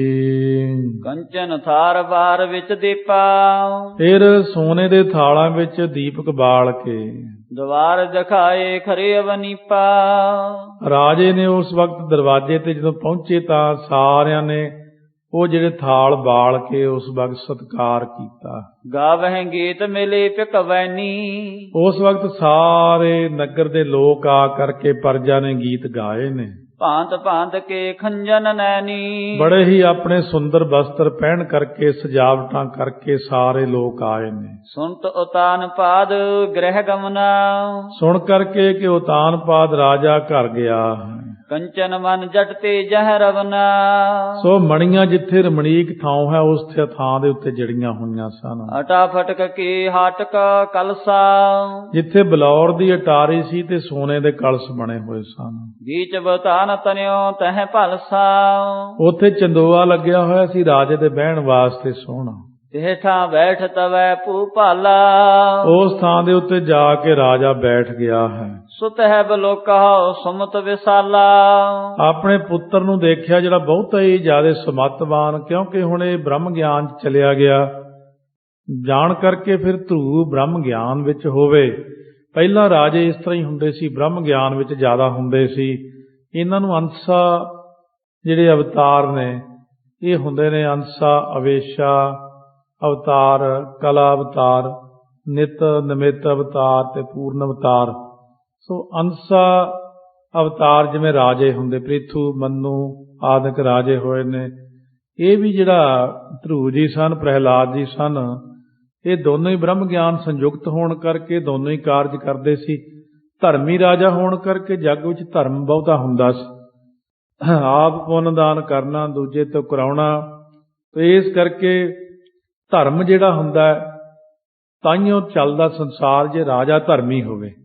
ਜੇ ਰਾਜਾ ਹੀ ਅਯਾਸ਼ ਹੋ ਜੇ ਤਾਂ ਪ੍ਰਜਾ ਵੀ ਅਯਾਸ਼ ਹੋ ਜਾਂਦੀ ਸਾਰੀ। ਇਸ ਕਰਕੇ ਰਾਜਾ ਧਰੂ ਬਹੁਤ ਭਜਨੀਕ ਹੋਇਆ ਹੈ। ਕਰ ਉਤਸਾਦੀਨ ਸਭ ਰਾਜੂ। ਸਾਰੇ ਰਾਜ ਦੇ ਵਿੱਚ ਬੜਾ ਉਤਸ਼ਾਹ ਹੋ ਗਿਆ ਹੈ। ਪ੍ਰਜਾ ਮਿਲਾਈ ਸਰਬ ਸਮਾਜੋ। ਜਿੰਨੀ ਪ੍ਰਜਾ ਸੀ ਸਾਰੀ ਇਕੱਠੀ ਕਰ ਲਈ ਹੈ। ਆਪਣੀ ਵੈਸ ਬਿਰਦ ਕੋ ਦੇਖੇ। ਰਾਜੇ ਨੇ ਸਾਰੀ ਪ੍ਰਜਾ ਇਕੱਠੀ ਕੀਤੀ ਤੇ ਆਪਣੀ ਉਮਰ ਦੇਖੀ, ਮੈਂ ਬਿਰਧ ਹੋ ਗਿਆ ਬੜਾ। ਗਮਨਿਓ ਤਬ ਹਿਤ ਬਨ ਹੈ ਬਸੇਖੇ। ਰਾਜੇ ਨੇ ਕੀ ਕੀਤਾ, ਲਾ ਦਿੱਤਾ ਤਿਲਕ, ਬਈ ਹੁਣ ਮੈਂ ਚੱਲਿਆ ਬਈ ਜੰਗਲ ਵਿੱਚ ਭਗਤੀ ਕਰਨ, ਮੇਰਾ ਪੁੱਤ ਰਾਜ ਸੰਭਾਲੇਗਾ। ਪਾਛੇ ਰਾਜ ਕਰਨ ਧਰਵ ਲਾਗਾ। ਧਰੂ ਜੀ ਪਿੱਛੋਂ ਰਾਜ ਕਰਨ ਲੱਗੇ ਹਨ। ਜੋ ਸ੍ਰੀ ਵਿਸ਼ਨ ਭਗਤ ਵੱਡ ਭਾਗਾ। ਜੋ ਪਰਮੇਸ਼ਰ ਜੀ ਦਾ ਭਗਤ ਹੈ, ਬਹੁਤ ਵੱਡਿਆਂ ਭਾਗਾਂ ਵਾਲਾ। ਜੋ ਸੁਮਾਰ ਪ੍ਰਜਾਪਤ ਆਹੀ। ਸੋ ਇਸ ਤਰੀਕੇ ਨਾਲ ਫਰਮਾਉਂਦੇ ਹਨ ਕਿ ਜੋ ਨਾਮ ਰਾਜਾ ਬ੍ਰਹਮਾ ਜੀ ਵੱਲੋਂ ਜਗਤ ਪ੍ਰਬੰਧ ਲਈ ਸਥਾਪਨ ਕੀਤਾ ਹੋਇਆ ਇੱਕ ਅਧਿਕਾਰੀ ਹੈ, ਜਿਵੇਂ ਦਕਸ਼ ਪ੍ਰਜਾਪਤ ਸੀ ਜਾਂ ਸੂਰਜ ਸੀ, ਇਸ ਤਰ੍ਹਾਂ ਸਿਸਮਾਰ ਹੈ ਇੱਕ ਪ੍ਰਜਾਪਤ ਆਹੀ, ਜਿਹੜਾ ਬ੍ਰਹਮਾ ਜੀ ਨੇ ਸੰਸਾਰ ਦੇ ਪ੍ਰਬੰਧ ਚਲਾਉਣ ਨੂੰ ਥਾਪਿਆ ਹੋਇਆ ਹੈ। ਬ੍ਰਹਮੀ ਨਾਮ ਤੇ ਸੁਤਾ ਵਿਆਹੀ। ਸੋ ਇਹਦੀ ਜਿਹੜੀ ਪੁੱਤਰੀ ਸੀ ਨਾ, ਉਹ ਰਾਜ ਪ੍ਰਬੰਧ ਚਲਾਉਣ ਵਾਲਾ ਜਿਹੜਾ ਸਿਸਮਾਰ ਪ੍ਰਜਾਪਤ ਸੀਗਾ, ਬ੍ਰਹਮਾ ਜੀ ਵੱਲੋਂ ਜਗਤ ਪ੍ਰਬੰਧ ਲਈ ਸਥਾਪਨ ਕੀਤਾ ਹੋਇਆ ਸੀ। ਰਾਜੇ ਦਾ ਨਾਮ ਸਿਸਮਾਰ। ਉਹਦੀ ਜਿਹੜੀ ਲੜਕੀ ਸੀ ਭ੍ਰਮੀ ਸੀ ਉਹਦਾ ਨਾਮ। ਉਹ ਭ੍ਰਮੀ ਜਿਹੜੀ ਸੀ ਉਹਦਾ ਵਿਆਹ ਧਰੂ ਜੀ ਨਾਲ ਹੋਇਆ। ਤੇ ਧਰੁਵ ਦਵੈ ਸੁਤ ਉਪਜਾਏ। ਉਹਨਾਂ ਤੋਂ ਅੱਗੇ ਫਿਰ ਦੋ ਪੁੱਤਰ ਧਰੂ ਜੀ ਦੇ ਹੋਏ ਹਨ। ਵਤਸਰ ਕਲਪੰ ਨਾਮ ਰਖਾਏ। ਇੱਕ ਦਾ ਨਾਮ ਸੀ ਵਤਸਰ, ਦੂਜਾ ਸੀ ਕਲਪੰ। ਇਹ ਦੋ ਨਾਮ ਹਨ ਅੱਗੇ ਇਹਨਾਂ ਦੇ ਪੁੱਤਰ ਦੇ। ਉੱਤਮ ਨਾਮ ਭਰਾਤ ਇੱਕ ਕਾਲਾ। ਇਹਦਾ ਜਿਹੜਾ ਭਰਾ ਸੀ, ਜਿਹਦਾ ਮਤਰੇਆ ਭਰਾ ਉੱਤਮ ਸੀ, ਜਿਹਦਾ ਨਾਮ ਇੱਕ ਸਮੇਂ ਮਿਰਗਿਆ ਹਿਤਵਨ ਗਇਓ ਵਿਸਾਲਾ। ਉਹ ਸ਼ਿਕਾਰ ਖੇਡਣ ਵਾਸਤੇ ਜੰਗਲ ਵਿੱਚ ਗਿਆ ਇੱਕ ਵਾਰੀ। ਜਛਨ ਸੰਗ ਭਇਓ ਰਨ ਭਾਰੀ। ਜੰਗਾਂ ਵਿੱਚ ਕੀ ਹੁੰਦਾ ਕਿ ਯਕਸ਼ਾਂ ਦੇ ਨਾਲ ਉਹਦਾ ਜੰਗਲ ਵਿੱਚ ਜਾ ਕੇ ਲੜਾਈ ਹੋ ਗਈ। ਲੱਗੇ ਸ਼ਸਤਰ ਉੱਤਮ ਗਇਓ ਮਾਰੀ। ਸ਼ਸਤਰ ਬਹੁਤ ਲੱਗਣ ਕਰਕੇ ਉੱਤਮ ਜਿਹੜਾ ਮਤਰੇਆ ਸੀ ਉਹ ਮਾਰਿਆ ਗਿਆ। ਇਤ ਖੋਜਨ ਗਵਨੀ ਤਹਿ ਮਾਈ। ਉਹਦੀ ਮਾਤਾ ਉਹਨੂੰ ਖੋਜਣ ਵਾਸਤੇ ਜਦੋਂ ਗਈ ਜੰਗਲ ਵਿੱਚ, ਜਰੀ ਸੁਦਾਵਾ ਨਾਲ ਇੱਕ ਥਾਈ। ਜੰਗਲ ਦੀ ਅੱਗ ਨਹੀਂ ਹੁੰਦੀ, ਉਹ ਬੁਝਦੀ ਨਹੀਂ, ਉਹਦੇ ਚਾਰੇ ਪਾਸੇ ਘਿਰ ਗਈ ਤੇ ਉਹਦੇ ਸੜ ਗਈ। ਉਹ ਭਰਾਤਾ ਮਿਰਤ ਸੁਣੀ ਧਰਵ ਕਾਨਾ। ਜਦੋਂ ਧਰੂ ਜੀ ਨੇ ਕੰਨਾਂ ਵਿੱਚ ਆਪਣੇ ਭਰਾ ਦੀ ਮੌਤ ਸੁਣੀ, ਜਗਿਓ ਰੋਸ ਹਿਰਦੇ ਦੁਖ ਮਾਨਾ। ਕਿਉਂਕਿ ਪਰਉਪਕਾਰੀ ਜੀਵ ਹੈ, ਈਰਖਾ ਨਹੀਂ ਹੁੰਦੀ ਮਨ 'ਚ, ਇਸ ਕਰਕੇ ਬੜਾ ਹੀ ਮਨ ਦੇ ਅੰਦਰ ਰੋਸ ਆਇਆ। ਜਗ ਵਿਜਹੇ ਰਥ ਚੜ੍ਹਤ ਸਿਧਾਇਓ। ਕਹਿੰਦੇ ਮੈਂ ਸਾਰੇ ਜੱਗ ਨੂੰ ਹੀ ਫਤਿਹ ਕਰ ਲੈਣਾ, ਜਿਨ੍ਹਾਂ ਮੇਰੇ ਭਰਾ ਨੂੰ ਮਾਰਿਆ ਮੈਂ ਉਹਨੂੰ ਵੀ ਫੜ ਲੈਣਾ। ਉੱਤਰ ਦਿਸ਼ਾ ਵਿਖੈ ਚਲ ਆਇਓ। ਉੱਤਰ ਦਿਸ਼ਾ ਵਾਲੇ ਪਾਸੇ ਨੂੰ ਚੱਲ ਕੇ ਆਇਆ। ਅਲਕਾਪੁਰੀ ਸਮੀਪ ਪਿਆਨਾ। ਇੱਕ ਸ਼ਹਿਰ ਦਾ ਨਾਮ ਕੁਬੇਰ ਦੀ ਨਗਰੀ ਅਲਕਾਪੁਰੀ ਜੀ ਦਾ ਨਾਮ ਹੈ, ਉਹਦੇ ਪਾਸੇ ਚਲਿਆ ਗਿਆ। ਨਿਜ ਮੁਖ ਧਰ ਕਰ ਸ਼ੰਖ ਬਜਾਨਾ। ਆਪਣੇ ਮੂੰਹ ਨਾਲ ਲਾ ਕੇ ਬੜੀ ਉੱਚੀ ਲੜਾਈ ਦਾ ਬਿਗਲ ਵਜਾਤਾ, ਸ਼ੰਖ ਵਜਾਤਾ ਇਹਨੇ। ਸੁਨਤ ਜਛ ਨਿਕਸੇ ਬਲ ਭਾਰੀ। ਉਹ ਜਦੋਂ ਕੁਬੇਰ ਦੀ ਅਲਕਾਪੁਰੀ ਚ ਪਹੁੰਚੇ ਤਾਂ ਯਕਸ਼ ਨਿਕਲਿਆ ਏ, ਜਿਨ੍ਹਾਂ ਨੇ ਇਹਦੇ ਭਰਾ ਉੱਤਮ ਨੂੰ ਮਾਰਿਆ ਸੀ। ਫਿਰ ਸ਼ਸਤਰ ਅਸਤਰ ਨਿਜ ਸਰਬ ਸੰਭਾਰੀ। ਸਾਰੇ ਸ਼ਸਤਰ ਅਸਤਰ ਆਪਣੇ ਸਾਰੇ ਸੰਭਾਲ ਕੇ ਭਾ ਸੰਗਰਾਮ ਦੋਹਨ ਦਿਸ ਘੋਰਾ। ਫਿਰ ਦੋਨਾਂ ਪਾਸਿਆਂ ਤੋਂ ਬੜਾ ਭਾਰੀ ਜੰਗ ਹੋਇਆ। ਟੂਟੇ ਤੀਛਣ ਬਾਨ ਕਠੋਰਾ। ਬੜੇ ਕਠੋਰ ਕਠੋਰ ਤਕੜੇ ਬਾਣ ਚੱਲੇ ਉਸ ਵਕਤ। ਜਸ ਜਵੈ ਘਾਇਲ ਕਰ ਡਾਰੇ। ਜਦੋਂ ਸਾਰੇ ਯਕਸ਼ ਜ਼ਖਮੀ ਕਰ ਦਿੱਤੇ, ਅੱਟ ਸਰਪ ਸਮ ਰਿਸ ਉਰ ਧਾਰੇ। ਉਸ ਵਕਤ ਸੱਪ ਵਾਂਗੂ ਪਿੱਛੇ ਨੂੰ ਹਟ ਗਏ, ਗੁੱਸਾ ਧਾਰ ਕੇ। ਔਰਖ ਧਰੁਵ ਕੋ ਸਹਿ ਨਾ ਸਕਾਏ। ਕਿਉਂਕਿ ਧਰੂ ਜੀ ਦੀ ਸ਼ਕਤੀ ਨੂੰ ਸਹਾਰ ਨਹੀਂ ਸਕੇ ਉਸ ਵਕਤ। ਭਰੇ ਗਰਭ ਪੂਰੰਗਰ ਜਾਏ। ਬਹੁਤ ਜ਼ਿਆਦੇ ਗਰਜ ਰਹੇ ਸੀ, ਹੰਕਾਰ ਵਿੱਚ ਭਰੇ। ਇੱਕ ਵਾਰ ਮਿਲ ਕਰ ਤਹ ਸਭ ਹੀ। ਇੱਕ ਵਾਰ ਹੀ ਮਿਲ ਕੇ ਉਸ ਵਕਤ ਸਾਰਿਆਂ ਨੇ ਬਾਨ ਅਨਕ ਬਰਖਾਏ ਤਬ ਹੀ। ਬਹੁਤ ਸਾਰੇ ਤੀਰਾਂ ਦੀ ਵਰਖਾ ਕਰ ਦਿੱਤੀ। ਪਰਿੰਗ ਪਚੁੰਡੇ ਤੋਮਰ ਸਕਤੇ। ਇਹਨਾਂ ਨੇ ਕੀ ਕੀਤਾ, ਪਰਗ ਹੁੰਦਾ ਕੁਹਾੜਾ, ਗੰਡਾਸਾ ਤੇ ਗੁਰਜ ਤੇ ਇਸੇ ਪ੍ਰਕਾਰ ਬਰਛਾ ਤੇ ਬਰਛੀ। ਨਾਨਾ ਸ਼ਸਤਰ ਕਰੈ ਕੋਕ ਤੇ। ਨਾਨਾ ਪ੍ਰਕਾਰ ਦੇ ਸ਼ਸਤਰਾਂ ਦੀਆਂ ਲਾਈਨਾਂ ਲਾ ਦਿੱਤੀਆਂ ਲੜਨ ਲਈ। ਛਾਇਓ ਰਥ ਧਰੁਵ ਕੋ ਤਬ ਐਸੇ। ਧਰੂ ਜੀ ਦਾ ਰਥ ਉਸ ਵਕਤ ਇਉਂ ਛਾ ਗਿਆ। ਮਹਾ ਮੇਘ ਘਟ ਸੂਰਜ ਜੈਸੇ। ਸੋ ਜਿਸ ਪ੍ਰਕਾਰ ਸੂਰਜ ਦੇ ਉੱਤੇ ਬੜਾ ਭਾਰੀ ਕਾਲਾ ਬੱਦਲ ਛਾ ਜਾਂਦਾ, ਜਿਉ ਗਿਰ ਪਰ ਵਰਖੈ ਕਨ ਭਾਰੇ। ਜਿਵੇਂ ਭਾਰੀ ਬੱਦਲ ਫਿਰ ਬਰਸਾਤ ਕਰਦਾ ਪਹਾੜਾਂ ਦੇ ਵਿੱਚ, ਜਿਉ ਇੱਕ ਵਾਰ ਸ਼ਸਤਰ ਸਭ ਡਾਰੇ। ਬੜੀ ਤਕੜੀ ਫੌਜ ਸੀ ਇਹਨਾਂ ਦੀ, ਸਾਰੇ ਸ਼ਸਤਰ ਫਿਰ ਮਾਰੇ ਚੁੱਕ ਕੇ। ਭਾ ਆਕਾਸ਼ ਮੈਂ ਹਾਹਾਕਾਰਾ। ਆਕਾਸ਼ ਦੇ ਵਿੱਚ ਹਾਹਾਕਾਰ ਮਚ ਗਈ। ਨਸਿਓ ਬੰਸ ਮਨ ਐਸ ਵਿਚਾਰਾ। ਨਾਸ਼ ਹੋਇਆ ਕਿ ਹੋਇਆ ਬਸ ਇਉਂ ਜਿਹੜਾ ਸੀ ਮਨੂ ਦਾ ਜਿਹੜਾ ਬੰਸ ਸੀ। ਏਸਨ ਜਛ ਸਵੈ ਹਰਖਾਏ। ਉਸ ਵਕਤ ਜਿਹੜੇ ਜਸ਼ ਸੀ ਉਹ ਸਾਰੇ ਬੜੇ ਹਰਖਾਏ, ਖੁਸ਼ ਹੋ ਗਏ। ਭਰੇ ਗਰਭ ਉਰ ਵੱਡ ਗਰ ਜਾਏ। ਬਹੁਤ ਜ਼ਿਆਦੇ ਬੜੇ ਹੰਕਾਰ ਨਾਲ ਗੱਜਣ ਲੱਗੇ। ਧਰੁਵ ਰਥ ਅਵਸਰ ਪਾਏ ਬਹੋਰੇ। ਫਿਰ ਧਰੂ ਨੇ ਆਪਣਾ ਰਥ ਮੌਕਾ ਪਾ ਕਰਕੇ ਰਵ ਜਿਉ ਨਿਕਸਾ ਨਿਹਾ ਨੀਰ ਹੈ ਫੋਰੇ। ਸੂਰਜ ਵਾਂਗੂ ਨਿਕਲ ਕੇ ਨਾ, ਫਿਰ ਜਿਵੇਂ ਸੂਰਜ ਬੱਦਲਾਂ ਤੋਂ ਲਿਓ ਹੋ ਕੇ ਨਿਕਲਦਾ, ਉਹ ਕਹੂਰ ਨੂੰ ਤੋੜ ਕਰਕੇ ਧਰ ਤਨ ਕਰ ਮੈਂ ਸਰਬ ਰਖਾਏ।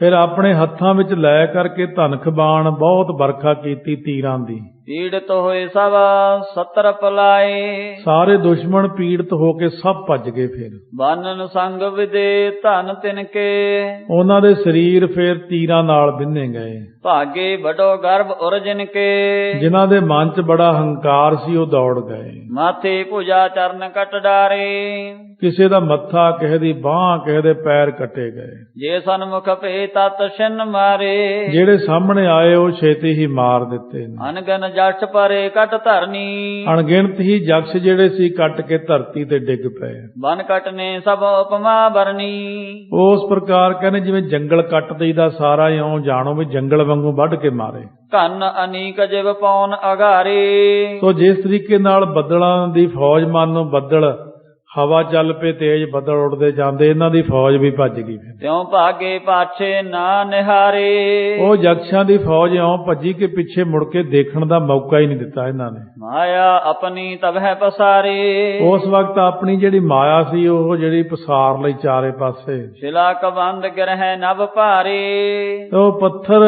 ਤੇ ਧਾੜ ਜਿਹੜੇ ਸੀ ਗਿਰਦੇ ਸਨ ਆਕਾਸ਼ ਤੋਂ। ਫਿਰ ਦਿਸ਼ਟਾ ਮੂਤਰਹ ਰੁਦਰਹ ਪੂੰ ਤਵਹਿ। ਅਸਮਾਨ ਦੇ ਵਿੱਚੋਂ ਬਹੁਤ ਸਾਰੀ ਫਿਰ ਜਿਹੜੀ ਗੰਦਗੀ ਆਦਿਕ ਡਿੱਗਣ ਲੱਗੀ, ਲਹੂ ਆਦਿਕ, ਖੂਨ ਆਦਿਕ।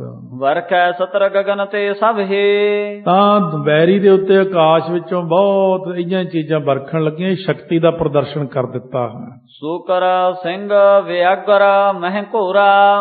ਉਸ ਵਕਤ ਕਹਿੰਦੇ ਹਨ ਜਿਹੜੇ ਸਨ ਉਹ ਜਿਹੜੇ ਆਕਾਸ਼ ਵਿੱਚੋਂ ਸੂਰ, ਸ਼ੇਰ, ਬਘਿਆੜ, ਸੈਨਾ ਆਦਿਕ। ਪਰਲੈ ਸਰਸ ਭਾਨਾਦ ਕੁਠੋਰਾ। ਮਾਨੋ ਪਰਲੋਂ ਆ ਗਈ ਇੱਕ ਵਾਰੀ ਪਹਿਲ। ਸੋ ਧਰੂ ਜੀ ਨੇ ਐਸਾ ਜੰਗ ਕੀਤਾ, ਪਰਲੋਂ ਲਿਆ ਦਿੱਤੀ। ਜਿਉ ਧਰੂ ਕੇ ਤੁਜਨੀ ਹਵੈ ਹਾਨੀ। ਸੋ ਜਿਸ ਤਰ੍ਹਾਂ ਧਰੂ ਜੀ ਦੀ ਸੈਨਾ ਹਾਨੀ ਹੋਈ, ਤਿਉ ਸੋ ਆਸੁਰੇ ਮਾਇਆ ਠਾਨੀ। ਉਸ ਤਰੀਕੇ ਨਾਲ ਫਿਰ ਆਸੁਰੀ ਜਿਹੜੀ ਮਾਇਆ ਸੀ ਉਹ ਹੋ ਗਈ। ਧਰੁਵ ਹਰ ਭਗਤ ਮਹਾਬਲ ਧਾਰਾ। ਧਰੂ ਜੀ ਨੇ ਬਹੁਤ ਭਾਰੀ ਬਲ ਧਾਰਨਾ ਕੀਤਾ ਹੈ। ਨਾਰਾਇਣ ਸਰ ਤਮਹਿ ਸੰਭਾਰਾ। ਉਹਨਾਂ ਨੇ ਨਾਰਾਇਣ ਅਸ਼ਤਰ ਸੰਭਾਲਿਆ, ਇਹਨੂੰ ਦਿਵ ਅਸ਼ਤਰ ਕਹਿੰਦੇ ਨੇ। ਧਰੂ ਜੀ ਨੇ ਸੰਭਾਲ ਲਿਆ। ਫਿਰ ਉਹ ਕਰ ਮੈ ਲੈ ਤਨ ਮਹਿ ਜਬ ਜੋਰਾ। ਜਦੋਂ ਲੈ ਕਰਕੇ ਆਪਣੇ ਹੱਥਾਂ ਦੇ ਵਿੱਚ ਇਹ ਦਿਵ ਅਸ਼ਤਰ ਨੂੰ ਚਲਾਉਣਾ ਕੀਤਾ। ਨਾਸ ਭਈ ਮਾਇਆ ਵੱਡ ਘੋਰਾ। ਕਿਉਂਕਿ ਉਧਰੋਂ ਮਾਇਆਵੀ ਚੀਜ਼ ਚੱਲੀ ਸੀ ਚਾਰੇ ਪਾਸਿਓਂ। ਧਰੂ ਦੇ ਉੱਤੇ ਵੀ ਇਹ ਡਿੱਗਦੀਆਂ ਚੀਜ਼ਾਂ, ਇਹਦੀ ਫੌਜ ਉੱਤੇ ਵੀ ਇਹ ਯਕਸ਼ਾਂ ਨੇ ਭੇਜ ਦਿੱਤੀਆਂ ਸੀ ਚੀਜ਼ਾਂ, ਮਾਇਆ ਫੈਲਾਤੀ। ਧਰੂ ਜੀ ਨੇ ਜਿਹੜਾ ਇਹਨਾਂ ਨੂੰ ਬਹੁਤ ਦਿਵ ਅਸ਼ਤਰ ਮਿਲਿਆ ਹੋਇਆ ਸੀ ਉਹ ਚਲਾ ਕਰਕੇ ਉਹਨਾਂ ਦੀ ਮਾਇਆ ਸਾਰੀ ਖਤਮ ਕਰ ਦਿੱਤੀ।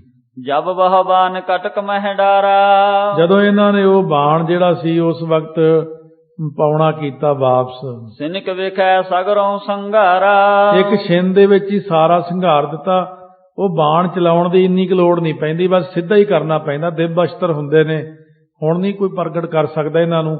ਇਹ ਪਹਿਲਿਆਂ ਸਮਿਆਂ ਵਿੱਚ ਹੁੰਦੇ। ਸ਼ਕਤੀ ਨੂੰ ਸ਼ਸਤਰ ਨਾਮ ਵਾਲਾ ਲਿਖੀ ਤਾਂ ਹੋਈ ਆ, ਪਰ ਇੰਨੀ ਜਾਨ ਕਿਹਦੇ ਵਿੱਚ ਆ। ਕਟੇ ਅੰਗ ਵਿਆਕੁਲ ਹਵੈ ਭਾਗੇ। ਅੰਗ ਕੱਟੇ ਗਏ ਕਿਉਂਕਿ ਦਿਵ ਅਸ਼ਤਰ ਐਸਾ ਹੁੰਦਾ, ਉਹਨੂੰ ਜਿਵੇਂ ਬੰਦੇ ਬਹਾਦਰ ਨੂੰ 5 ਤੀਰ ਦਿੱਤੇ ਸੀ ਮਹਾਰਾਜ, ਕਹਿੰਦੇ ਲੈ ਬੰਦਿਆ 5 ਤੀਰ, ਬਾਹਲੀ ਔਂਕੜ ਖੜੀ ਹੋ ਜੇ ਤਾਂ ਪੱਥੇ ਚੋਂ ਕੱਢਣੇ ਨਹੀਂ, ਕੱਢਣੇ ਨਹੀਂ ਹੁੰਦੇ। ਇੱਕ ਚਲਾਏਗਾ ਇਹਦੇ ਨਾਲ ਹਨੇਰੀਆਂ ਹੀ ਆ ਜਾਣਗੇ, ਦੂਜੇ ਨਾਲ ਅੱਗ ਵਰੇਗੀ, ਤੀਜੇ ਨਾਲ ਬਹੁਤ ਭਿਆਨਕ ਹੋਰ ਕੁਝ ਆ ਜਾਵੇਗਾ। ਇਸ ਤਰ੍ਹਾਂ ਉਹ ਤੀਰ ਅਸਮਾਨ ਨੂੰ ਛੱਡਣਾ ਹੁੰਦਾ ਤੇ ਵਾਪਸ ਪੱਥੇ 'ਚ ਮੁੜ ਕੇ ਆਪੇ ਹੀ ਆ ਜਾਂਦਾ। ਤੇ ਉਹ ਦਿਵ ਅਸ਼ਤਰ ਮਹਾਰਾਜ ਨੇ ਬੰਦੇ ਬਹਾਦਰ ਨੂੰ 5 ਤੀਰ ਜਿਹੜੇ ਬਖਸ਼ੇ ਸਨ ਉਹ ਹੀ ਇਹ ਹਨ। ਸਰਪ ਬ੍ਰਿੰਦਾ ਜਿਉ ਖੱਗ ਪਤ ਆਗੇ। ਬਹੁਤ ਸਾਰੇ ਸੱਪ ਜਿਵੇਂ ਜਾਂਦੇ ਨਾ ਭੱਜੇ ਫਿਰ ਗਰੜ ਦੇ ਅੱਗੇ ਅੱਗੇ। ਧਰੁਵ ਕੋ ਪਿਤ ਪਿਤਾ ਨਿਰਪ ਮਨ ਜੋਏ। ਸੋ ਧਰੂ ਦੇ ਪਿਤਾ ਦਾ ਪਿਤਾ ਜਿਹੜਾ ਮਨੂ ਰਾਜਾ ਸੀ ਉਸ ਵਕਤ ਦਇਆ ਭਈ ਆਇਓ ਚਲ ਸੋਏ। ਉਹ ਦਇਆ ਹੋ ਗਈ ਮਨ 'ਚ, ਫਿਰ ਉਹ ਚੱਲ ਕੇ ਆ ਗਿਆ। ਕਹਿਣ ਲਗਾ ਧਰੁਵ ਕੋ ਅਸਬਾਨੀ। ਧਰੂ ਨੂੰ ਇਸ ਤਰ੍ਹਾਂ ਬਾਣੀ ਕਹਿਣ ਲੱਗਿਆ, ਬਿਨਾ ਅਪਰਾਧ ਨਾ ਜਛ ਕਰ ਹਾਨੀ। ਪੁੱਤਰ ਬਿਨਾ ਅਪਰਾਧ ਤੋਂ ਜਖਸ਼ਾਂ ਨੂੰ ਨਾ ਮਾਰ। ਹੁਣ ਤੂੰ ਹਰ ਭਗਤ ਦਇਆ ਉਰ ਧਾਰ ਹੋ। ਤੂੰ ਹਰੀ ਦਾ ਭਗਤ ਆਂ, ਦਇਆ ਕਰ ਇਹਨਾਂ ਦੇ ਉੱਤੇ। ਠੀਕ ਆ ਤੂੰ ਰਾਜਾ ਪਰ ਦਇਆ ਕਰ। ਰਿਸ ਕਰ ਸ਼ਾਂਤ ਨਾ ਜਸ ਸੰਘਾਰ ਹੋ। ਸੋ ਇਸ ਕਰਕੇ ਕ੍ਰੋਧ ਨੂੰ ਸ਼ਾਂਤ ਕਰ, ਯਕਸ਼ਾਂ ਨੂੰ ਮਾਰ ਨਾ। ਏਕ ਭਰਾਤ ਤੇਰੋ ਇਨ ਮਾਰਾ। ਇੱਕ ਭਰਾ ਇਹਨਾਂ ਨੇ ਤੇਰਾ ਮਾਰਿਆ। ਤੈ ਅਨਗਨ ਬਹੁ ਕਟਕ ਸੰਘਾਰਾ। ਤੂੰ ਬਹੁਤ ਸਾਰੀ ਇਹਨਾਂ ਦੀ ਫੌਜ ਮਾਰ ਦਿੱਤੀ ਹੈ। ਬਾਲ ਬੈਸ ਤੋਂ ਵਿਸ਼ਨ ਪੇ ਧਿਆਸੋ। ਉਹ ਧਿਆਇਓ ਜਿਹੜਾ ਤੂੰ ਛੋਟੀ ਉਮਰ ਵਿੱਚ ਵਿਸ਼ਨੂੰ ਪ੍ਰਮਾਤਮਾ ਨੂੰ ਧਿਆਇਆ ਹੈ, ਦੰਨੇ ਨੂੰ ਔਂਕੜ ਹੈ। ਤਹਾਂ ਗਿਆਨ ਪੂਰਨ ਉਰ ਪਾਇਓ। ਉੱਥੇ ਫਿਰ ਤੂੰ ਹਿਰਦੇ 'ਚ ਪੂਰਨ ਗਿਆਨ ਦੀ ਪ੍ਰਾਪਤੀ, ਸਰੂਪ ਗਿਆਨ ਦੀ ਪ੍ਰਾਪਤੀ ਕਰ ਲਈ। ਆਤਮ ਸਰਬ ਵਿਖਾ ਹੈ ਏਕੋ। ਆਤਮਾ ਤਾਂ ਸਾਰਿਆਂ ਦੇ ਵਿੱਚ ਇੱਕੋ ਹੀ ਹੈ ਨਾ। ਅਸ ਪ੍ਰਕਾਰ ਸੰਭਾਰ ਬਵੇਕੋ। ਗਿਆਨ ਨੂੰ ਸੰਭਾਲ, ਆਪਣੇ ਨੂੰ ਗਿਆਨ ਵਿੱਚ ਆ ਜਾ, ਨਾ ਮਾਰੇ ਨਾ। ਅਹ ਅਨਚਿਤ ਜਹੈ ਸਭ ਬਾਤਾ। ਇਹ ਸਾਰੀਆਂ ਗੱਲਾਂ ਇੱਕ ਰਾਜੇ ਨੂੰ ਦੇਖਣੀਆਂ ਪੈਂਦੀਆਂ। ਜੇ ਗਿਆਨ ਆ ਤਾਂ ਗਿਆਨ ਦੀ ਵਰਤੋਂ ਕਰ, ਦਇਆ ਕਰ। ਬਸ ਸੰਗਰਾਮ ਨਾ ਕਰ ਅਵਤਾਤਾ। ਬਸ ਪੁੱਤਰ ਹੁਣ ਸੰਗਰਾਮ ਨਹੀਂ ਕਰਨਾ ਆਪਾਂ ਨੇ। ਇਸ ਵਿਦ ਅਧੀਨ ਗਿਆਨ ਮਨ ਰਾਉ। ਇਸ ਤਰ੍ਹਾਂ ਮਨੂ ਰਾਜੇ ਨੇ ਜਿਹੜਾ ਗਿਆਨ ਦਿੱਤਾ। ਜੁੱਧ ਕਰਤ ਧਰੁਵ ਕੀਨ ਹਟਾਉ। ਉਸ ਵਕਤ ਜਿਹੜਾ ਸੀ ਧਰੂ ਨੂੰ ਫਿਰ ਯੁੱਧ ਕਰਨ ਤੋਂ ਹਟਾ ਦਿੱਤਾ ਵੀ ਹੁਣ ਆਪਾਂ ਇਹਨਾਂ ਦੇ ਨਾਲ ਯੁੱਧ ਨਹੀਂ ਕਰਨਾ। ਕੱਲ ਨੂੰ ਸ਼ਰਵਣ ਕਰਾਂਗੇ, ਸਤਿਗੁਰੂ ਜਿਵੇਂ ਬਖਸ਼ਿਸ਼ ਕਰਨਗੇ। ਸੋ ਧਰੂ ਜੀ ਨੇ ਇਸ ਪ੍ਰਕਾਰ ਕੀਤਾ। ਸਤਿਗੁਰੂ ਮਹਾਰਾਜ ਦੀ ਕਿਰਪਾ ਨਾਲ ਪ੍ਰਸੰਗ ਸ਼ਰਵਣ ਕੀਤਾ ਹੈ। ਪੁਰਾਣਿਆਂ ਭਗਤਾਂ ਨੇ ਜਿਵੇਂ ਭਗਤੀ ਕੀਤੀ, ਕਮਾਈ ਕੀਤੀ, ਉਹਨਾਂ ਦੀ ਕਮਾਈ ਧੰਤਾ ਯੋਗ ਆਪਾਂ ਨੂੰ ਸਤਿਗੁਰਾਂ ਨੇ ਬਖਸ਼ਿਸ਼ ਕੀਤੀ। ਕਲਯੁਗ ਦੇ ਸਮੇਂ ਵਿੱਚ ਨਾਮ ਬਾਣੀ ਨਾਲ ਜੋੜਿਆ, ਗੁਰੂ ਵਾਲੇ ਬਣ ਕੇ। ਕਿਉਂਕਿ ਧਰੂ ਤੇ ਪ੍ਰਹਿਲਾਦ ਨੇ ਸਫਲਤਾ ਕਿਵੇਂ ਪ੍ਰਾਪਤ ਕੀਤੀ, ਉਹਨਾਂ ਨੇ ਆਪਣੇ ਗੁਰੂ ਦੀ ਗੱਲ ਮੰਨੀ ਹੈ। ਜਿਹਨੇ ਗੁਰੂ ਦੇ ਬਚਨ ਮੰਨ ਲਏ ਉਹ ਕਾਮਯਾਬ ਹੈ। ਪਿੱਛੇ ਜੇ ਇੱਕ ਸ਼ਬਦ ਅੰਮ੍ਰਿਤ ਵੇਲੇ ਆਇਆ ਸੀ, ਉਹਦੇ 'ਚ ਦੱਸਿਆ ਸੀ ਕੌਣ ਕੌਣ ਕਿਵੇਂ ਕਿਵੇਂ ਮਾਰਿਆ, ਕਿਉਂ ਮਾਰਿਆ। ਰਾਵਣ ਕਿਉਂ ਮਾਰਿਆ ਗਿਆ? ਤੀਜੇ ਪਾਤਸ਼ਾਹ ਲਿਖਦੇ ਰਾਵਣ ਤਾਂ ਮਾਰਿਆ ਗਿਆ, ਉਹਨੇ ਆਪਣੇ ਗੁਰੂ ਸ਼ਿਵ ਜੀ ਦੀ ਗੱਲ ਨਹੀਂ ਮੰਨੀ। ਸ਼ਿਵ ਜੀ ਨੇ ਕਿਹਾ ਸੀ ਰਾਮਚੰਦਰ ਮੇਰਾ ਗੁਰੂ ਹੈ, ਤੂੰ ਲੜੀ ਨਾ ਇਹਦੇ ਨਾਲ। ਰਾਵਣ ਨੇ ਸ਼ਿਵ ਜੀ ਦਾ ਬਚਨ ਨਹੀਂ ਕਮਾਇਆ। ਇਸ ਤਰ੍ਹਾਂ ਦੇ ਕੋਈ 10-15 ਕੁ ਜਾਣੇ ਦੱਸੇ ਸੀ। ਸਾਰੇ ਤਾਈਓ ਮਾਰੇ ਜਾਂਦੇ ਨੇ, ਉਹ ਆਪਦਾ ਗੁਰੂ ਦਾ ਬਚਨ ਛੱਡ ਦਿੰਦੇ ਨੇ। ਜਿਹੜਾ ਬੰਦਾ ਆਪਣੇ ਗੁਰੂ ਦੇ ਬਚਨ ਨੂੰ ਕਮਾਉਂਦਾ ਉਹਦੇ ਉੱਤੇ ਸਤਿਗੁਰੂ ਦੀ ਬਖਸ਼ਿਸ਼ ਹੁੰਦੀ ਹੈ। ਤੋ ਆਪਣੇ ਸਤਿਗੁਰੂ ਗੁਰੂ ਗ੍ਰੰਥ ਸਾਹਿਬ ਮਹਾਰਾਜ ਜੀ ਨੇ ਆਪਾਂ ਜੋ ਗੁਰੂ ਸਾਹਿਬ ਬਚਨ ਕਰਦੇ ਨੇ, ਇਹਨਾਂ ਬਚਨਾਂ ਨੂੰ ਕਮਾਈਏ, ਨਾਮ ਜਪੀਏ, ਗੁਰੂ ਵਾਲੇ ਬਣੀਏ, ਸਿੱਖੀ ਕਮਾਈਏ, ਫਿਰ ਸਤਿਗੁਰ ਦੀ ਕਿਰਪਾ ਬਖਸ਼ਿਸ਼ ਹੁੰਦੀ ਹੈ। ਵਾਹਿਗੁਰੂ ਵਾਹਿਗੁਰੂ ਵਾਹਿਗੁਰੂ ਵਾਹਿਗੁਰੂ ਵਾਹਿਗੁਰੂ ਵਾਹਿਗੁਰੂ ਵਾਹਿਗੁਰੂ ਵਾਹਿਗੁਰੂ ਵਾਹਿਗੁਰੂ ਵਾਹਿਗੁਰੂ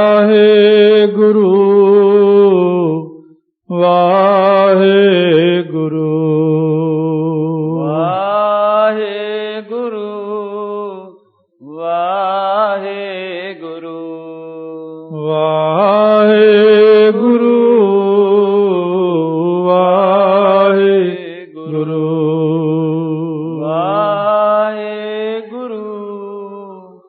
ਵਾਹਿਗੁਰੂ ਵਾਹਿਗੁਰੂ